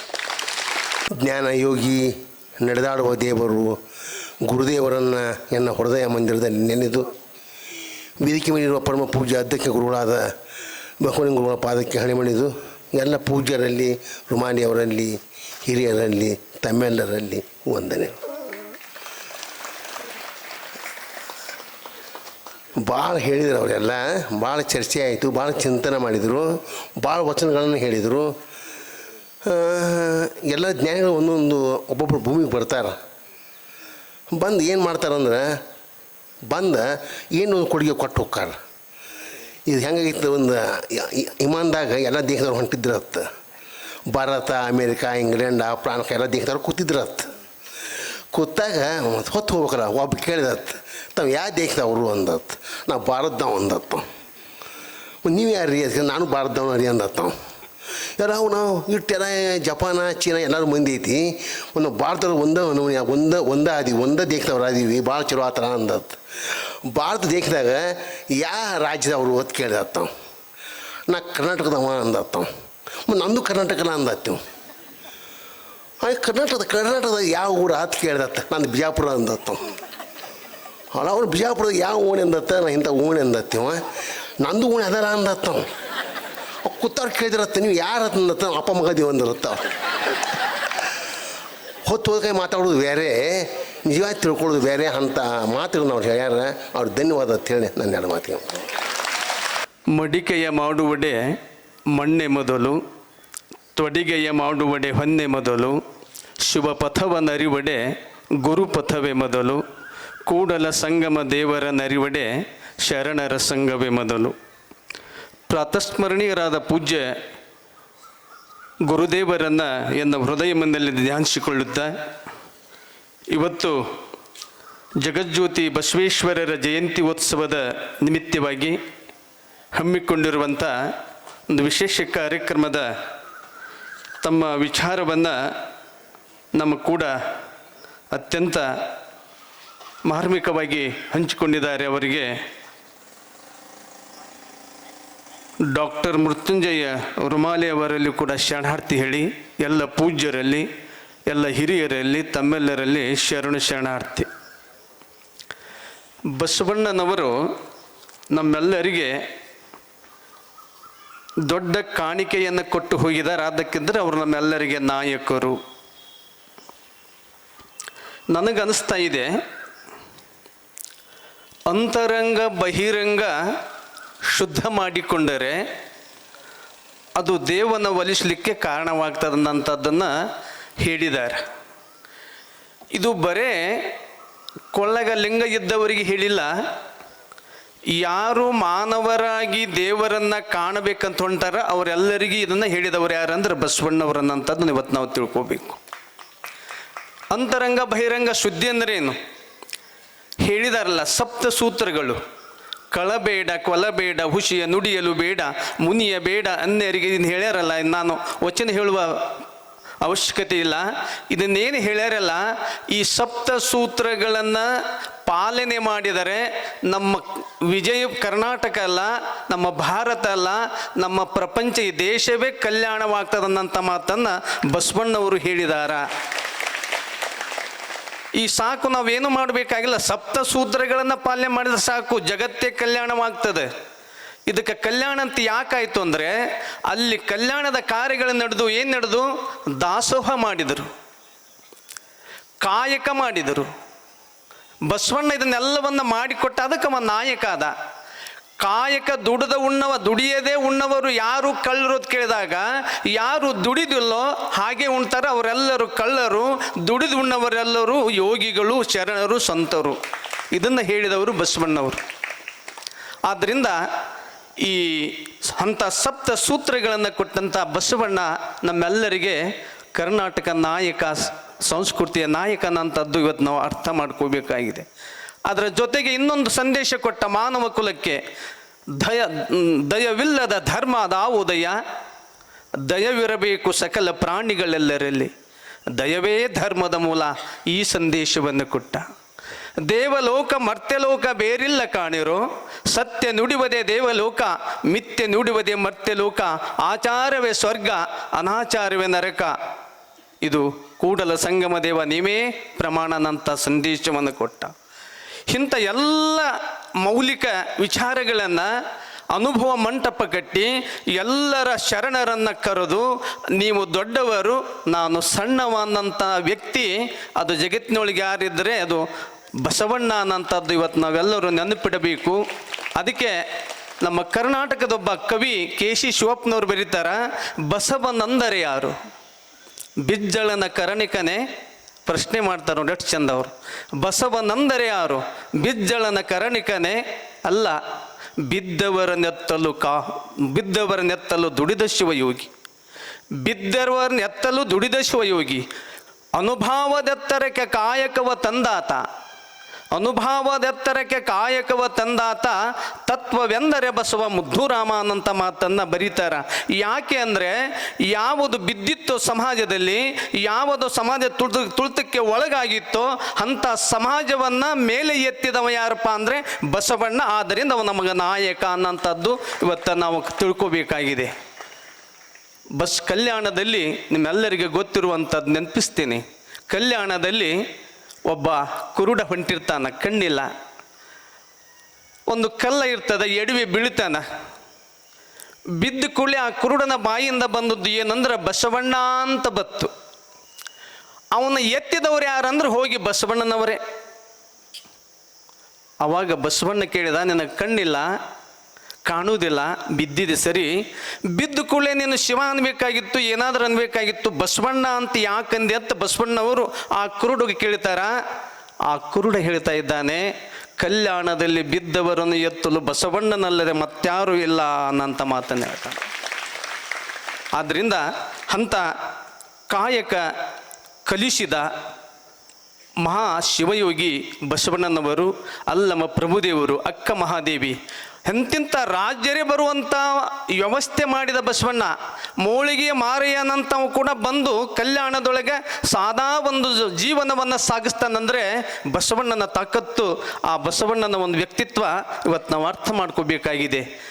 ಮೋಳಿಗೆಯ ಮಾರಯ್ಯ ಸಿಂಹಾಸನ ಬಿಟ್ಟು ತೆಳಗೆ ಕಲ್ಯಾಣಕ್ಕೆ ಬಂದು ಕಟ್ಟಿಗೆಯನ್ನು ಮಾರಾಟ ಮಾಡುವಂಥ ಕಾಯಕಲ್ಲಿ ತೊಡಗಿದಾನ. ಕೈಯೊಳಗೆ ಮೋಳಿಗೆ ಮಾರಯ್ಯ ಕೊಡ್ಲಿ ಹಿಡ್ಕೊಂಡು ಅಡವಿಗೆ ಹೋಗಿ ಕಟ್ಟಿಗೆ ಕಡಿಯಾಕೆ ಹೊಂಟಿರ್ತಾನ. ಒಬ್ಬ ಮನುಷ್ಯ ಕೇಳ್ತಾನ, ಯಾರಿಗೆ? ಮೋಳಿಗೆಯ ಮಾರಯ್ಯ ಕೇಳ್ತಾನ, ನೀವು ಕಾಶ್ಮೀರದ ಅರಸರು, ಸಿಂಹಾಸನದ ಮೇಲೆ ಕುಂತವರು, ಕೈಯೊಳಗೆ ಕಟ್ಟಿಗೆ ಹಿಡಿದು ಸಾದಾ ಬಟ್ಟೆಯನ್ನು ಉಟ್ಕೊಂಡು ರೋಡ್ ಮೇಲೆ ನಡ್ಕೋತ ಹೊಂಟಿರಲ್ಲ, ಆ ರಾಜ್ಯರಿದ್ದಾಗ ಮತ್ತು ಈಗ ಏನು ಅನ್ನಿಸ್ತದ ಅಂತ ಕೇಳಿದಾಗ ಮೋಳಿಗೆಯ ಮಾರಯ್ಯ ಹೇಳ್ತಾನ, ಈ ಕಟ್ಟಿಗೆಯನ್ನು ಈ ಕೊಡ್ಲಿಯನ್ನು ಕೈಯಾಗಿ ಹಿಡ್ಕೊಂಡು ಅರಣ್ಯಕ್ಕೆ ಹೋಗಿ ಕಟ್ಟಿಗೆಯನ್ನು ಕಡಿದು ಮಾರಾಟ ಮಾಡಿ ಮನೆಯಲ್ಲಿ ಪ್ರಸಾದ ಮಾಡುವ ಆನಂದ ನನಗೆ ಕಾಶ್ಮೀರದ ರಾಜ್ಯನಾಗಿದ್ದಾಗ ಸಿಗಲಿಲ್ಲ, ಇಲ್ಲಿ ಕಲ್ಯಾಣದೊಳಗೆ ಸಿಕ್ಕಿತ್ತು ಅನ್ನೋಂಥ ಮಾತನ್ನು ಹೇಳ್ತಾನೆ. ಅಂದರೆ ಕಾಯಕಕ್ಕೆ ಎಷ್ಟು ಬೆಲೆ ಬಂದಿತ್ತು ಅನ್ನೋಂಥದ್ದು ಇವತ್ತು ನಾವು ತಿಳ್ಕೋಬೇಕಾಗಿದೆ. ಆ ದಿಶೆಯಲ್ಲಿ ಇವತ್ತು ನಮ್ಮ ಎಲ್ಲ ಹಿರಿಯರು, ಎಲ್ಲ ನಮ್ಮ ಭಕ್ತ ಆಶ್ರಮದ ಭಕ್ತ ಸಮೂಹ ಕೂಡಿಕೊಂಡು ಬಸವಣ್ಣನವರ ಒಂದು ಜಯಂತಿ ಉತ್ಸವವಾಗಿ ನಾವು ಮಾಡಬೇಕನ್ನಂಥ ವಿಚಾರವನ್ನು ಮಾಡಿದಾಗ ಇದನ್ನು ಪೂಜ್ಯ ಗುರುದೇವರಾದ ಸಿದ್ದೇಶ್ವರ ಅಪ್ಪಾಜಿಯವರು ಕಳೆದ 2 ವರ್ಷಗಳ ಹಿಂದೆ ಬಸವಣ್ಣನವರ ಒಂದು ಜಯಂತಿಯನ್ನು ಮರುದಿನವಾಗಿ, ಅಂದರೆ ಬಸವ ಜಯಂತಿಯ ಮರುದಿನ ಆಚರಣೆ ಮಾಡಿ, ಹೀಗೆ ಬಸವಣ್ಣನವರ ಯಾಕೆ ಅಂತಂದರೆ ವಚನ ಸಾಹಿತ್ಯವನ್ನು ಕೊಟ್ಟು ಎಲ್ಲರ ಶರಣರ ಕೂಡಿಸಿ ನಾನು ಸಣ್ಣವ ನೀವು ದೊಡ್ಡವರು ಅನ್ನೋಂಥ ತತ್ವವನ್ನು ಕಲಿಸಿಕೊಟ್ಟವರು ಯಾರಂದ್ರೆ ಬಸವಣ್ಣವರು. ಅವರನ್ನು ಮಾಡಿದರೆ ಎಲ್ಲ ಶರಣರ ಜಯಂತಿ ಮಾಡಿದಂಗೆ ಆಗ್ತದೆ. ಅದನ್ನು ಮಾಡಬೇಕನ್ನಂಥ ಮಾತನ್ನು ಕೂಡ ಬುದ್ಧಿಜಿಯವರು ನಮ್ಮೆಲ್ಲರಿಗೆ ಹೇಳಿದರು ಅನ್ನೋಂಥದ್ದನ್ನು ಇಲ್ಲಿ ನೆನಪಿಸಿಕೊಂಡು, ಅದಕ್ಕೆ ಇವತ್ತು ನಮ್ಮ ಎಲ್ಲ ಯುವಕರು ಬಂದಿದ್ದಾರೆ, ಅದರ ಜೊತೆ ಹಿರಿಯರಿದ್ದೀರಿ, ಸಂಘ ಸಂಸ್ಥೆಯ ಹಿರಿಯರು ಬಂದಿರಿ, ಅದರ ಜೊತೆಗೆ ಅಕ್ಕನ ಬಳಗದವರು ಕೂಡ ಬಂದಿರಿ. ಎಲ್ಲ ಇವತ್ತು ನಾವೆಲ್ಲರೂ ಬಸವ ತತ್ವವನ್ನು, ಅದಕ್ಕೆ ಒಬ್ಬ ಹೇಳ್ತಾನೆ, ಬಸವನ ವಚನ ಸಾಹಿತ್ಯದಲ್ಲಿ ನೋಡ್ತೀವಿ ನಾವು, ಯಾಕೆ ಕನ್ನಡದಲ್ಲಿ ತಿಳಿವಂತೆ ನಮಗೆ ಹೇಳಿದಾರಲ್ಲ ಶರಣರು, ಅದು ಬಹಳ ಅದ್ಭುತವಾದಂತಾಗಿರುವಂಥದ್ದು. ಮಾನವರ ಮನದ ಮೈಲಿಗೆಯ ಕಳೆಯಲೆಂದು ಗೀತ ಮಾತೆಂಬ ಜ್ಯೋತಿಯನ್ನು ಬೆಳಗಿಸಿಟ್ಟವರು ನಮ್ಮ ಕೂಡಲ ಸಂಗನ ಶರಣರು ಅನ್ನುವಂಥ ಸಂದೇಶ ಇವತ್ತು ಕೊಟ್ಟಿದ್ದಾರೆ.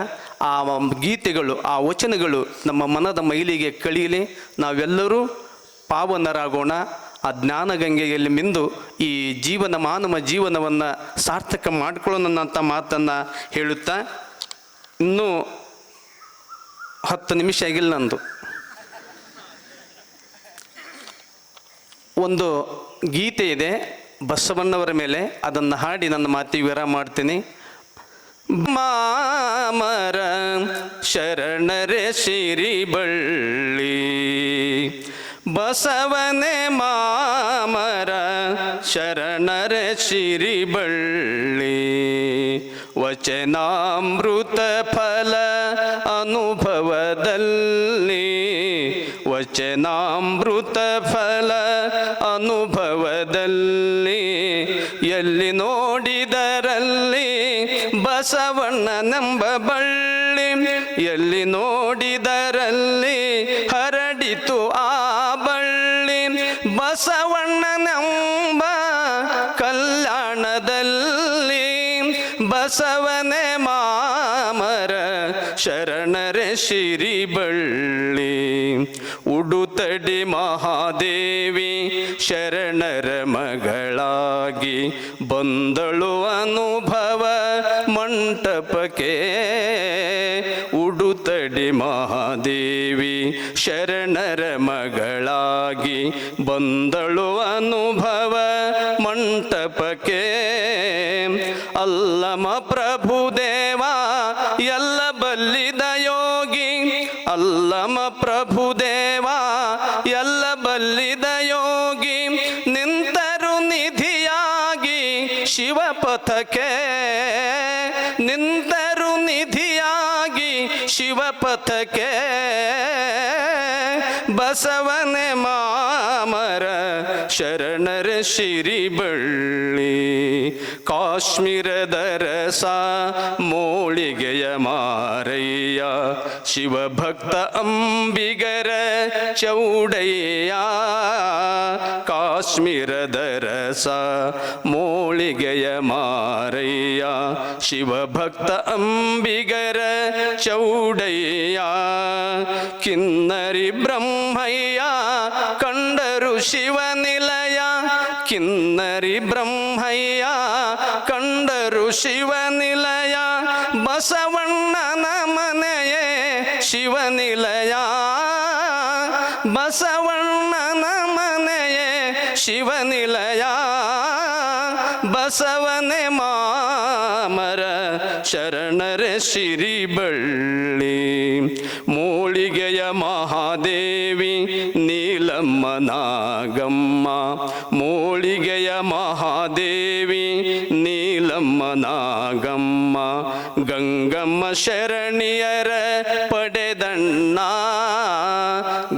ಶಿವ ಶರಣಿಯರ ಪಡೆದಣ್ಣ, ಸಟಸ್ಥಲ ಜ್ಞಾನಿ ಶ್ರೀ ಚನ್ನ ಬಸವಣ್ಣ, ಸಟಸ್ಥಲ ಜ್ಞಾನಿ ಶ್ರೀ ಚನ್ನ ಬಸವಣ್ಣ, ಕಾಣುವ ತಾಣ ನಿಜ ಕಲ್ಯಾಣ, ಕಾಣುವ ತಾಣ ನಿಜ ಕಲ್ಯಾಣ, ಬಸವನೆ ಮಾಮರ ಶರಣರ ಸಿರಿಬಳ್ಳಿ, ವಚನಾಮೃತ ಫಲ ಅನುಭವದಲ್ಲಿ, ವಚನಾಮೃತ ಫಲ ಅನುಭವದಲ್ಲಿ, ಎಲ್ಲಿ ನೋಡಿದರಲ್ಲಿ ಹರಡಿತು ಆ ಬಳ್ಳಿ, ಎಲ್ಲಿ ನೋಡಿದರಲ್ಲಿ ಹರಡಿತು ಆ ಬಳ್ಳಿ, ಬಸವಣ್ಣನೆಂಬ ಕಲ್ಯಾಣದಲ್ಲಿ, ಬಸವನೆ ಮಾಮರ, ಬಸವನೆ ಮಾಮರ, ಬಸವನೆ ಮಾಮರ ಶರಣರ ಸಿರಿಬಳ್ಳಿ. ನಮಸ್ಕಾರ. ಓಂ ಶ್ರೀ ಗುರು ಬಸವಲಿಂಗಾಯ ನಮಃ. ಪರಮ ಪೂಜ್ಯ ವೇದಾಂತ ಕೇಸರಿ ಮಲ್ಲಿಕಾರ್ಜುನ ಪೂಜ್ಯರವರಿಗೆ ಪ್ರಣಾಮಗಳನ್ನು ಸಲ್ಲಿಸಿ, ವಿಶ್ವಸಂತರಾದಂತಹ ಪರಮ ಪೂಜ್ಯ ಸಿದ್ದೇಶ್ವರಪ್ಪ ಅವರ ಚರಣಗಳಿಗೆ ಕೋಟಿ ಕೋಟಿ ಪ್ರಣಾಮಗಳನ್ನು ಸಲ್ಲಿಸಿ, ಸಾನ್ನಿಧ್ಯವನ್ನು ವಹಿಸಿಕೊಂಡಂತಹ ಪರಮ ಪೂಜ್ಯರವರಿಗೂ ಮತ್ತು ಇಲ್ಲಿಯವರೆಗೆ ಉಪನ್ಯಾಸ ನೀಡಿದಂತಹ ಡಾಕ್ಟರ್ ಮೃತ್ಯುಂಜಯ ರುಮಾಲೆಯವರಿಗೂ, ಆಶ್ರಮದಲ್ಲಿ ಇರುವಂತಹ ಎಲ್ಲ ಪೂಜ್ಯರವರಿಗೂ, ಇಲ್ಲಿ ಆಗಮಿಸಿದ ಎಲ್ಲ ಶರಣೆಯರಿಗೆ ಶರಣಾರ್ಥಿಗಳು.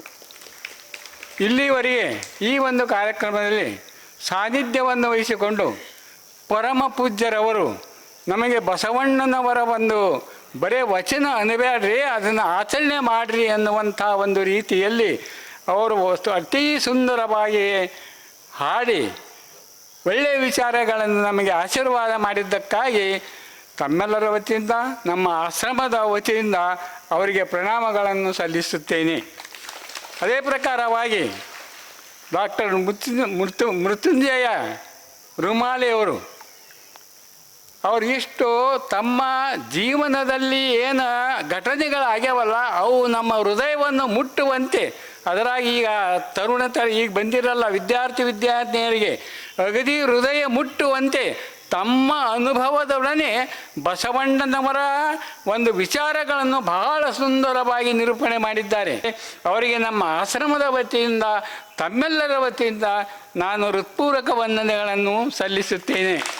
ಅದೇ ಪ್ರಕಾರವಾಗಿ ಈಗಾಗಲೇ ನಮ್ಮ ಸ್ವಾಗತವನ್ನು ಮಾಡಿಕೊಂಡಂಥ ನಮ್ಮ ವಿ ಸಿ ನಾಗಣ್ಣವರಿಗೂ ಮತ್ತು ಪ್ರಸ್ತಾವನೆ ಮಾಡಿದಂಥ ನಮ್ಮ ಜಮ್ಮನಾಥ್ ಕಂಚಾಣಿಯವರಿಗೂ ಮತ್ತು ನಿರೂಪಣೆ ಮಾಡಿದಂಥ ನಮ್ಮ ಎ ಬಿ ಬೂದಾಳ್ ಪ್ರೊಫೆಸರ್ ಅವರಿಗೂ ಅವರೆಲ್ಲರಿಗೂ ವಂದನೆಗಳನ್ನು ಸಲ್ಲಿಸುತ್ತೇನೆ. ಮತ್ತು ನಮ್ಮ ಕೃಷ್ಣಮೂರ್ತಿಯವರು ಒಳ್ಳೆಯ ವಚನ ಗಾಯನ ಮಾಡಿದ್ದಾರೆ. ಮತ್ತು ಅದೇ ಪ್ರಕಾರವಾಗಿ ನಮ್ಮ ಆಶ್ರಮದಲ್ಲಿರುವಂಥ ಕುಮಾರ ಸಂಗಮೇಶ್ ಅವನು ಬಹಳ ಸುಂದರವಾಗಿ ಅವರು ಹಾಡಿದ್ದಾರೆ. ಅದೂ ಅಲ್ಲದೆ ನಮ್ಮ ಸ್ವಾಮಿಗಳು ತಿಕೋಟ ಸ್ವಾಮಿಗಳು ನಮ್ಮನ್ನೆಲ್ಲ ನಗಿಸಿಬಿಟ್ರು. ಅಂದ್ರೆ ನಾವು ಏನು ಮಾಡಿಬಿಟ್ರು ಅಂದ್ರೆ ಆನಂದ ಮಾಡಿಬಿಟ್ರು. ಮತ್ತು ಯಾರು ಎದ್ದುದಿರಿ ಅಂತ ತಿಳ್ಕೊಂಡು ಅವರು ಬರೀ ನಗಿಸಿ ಆನಂದ ಮಾಡಿಬಿಟ್ರು. ಅವರಿಗೂ ಸಹ ಉಳಿದ ಪೂಜ್ಯರವರಿಗೂ ಪ್ರಣಾಮಗಳನ್ನು ಸಲ್ಲಿಸುತ್ತೇನೆ.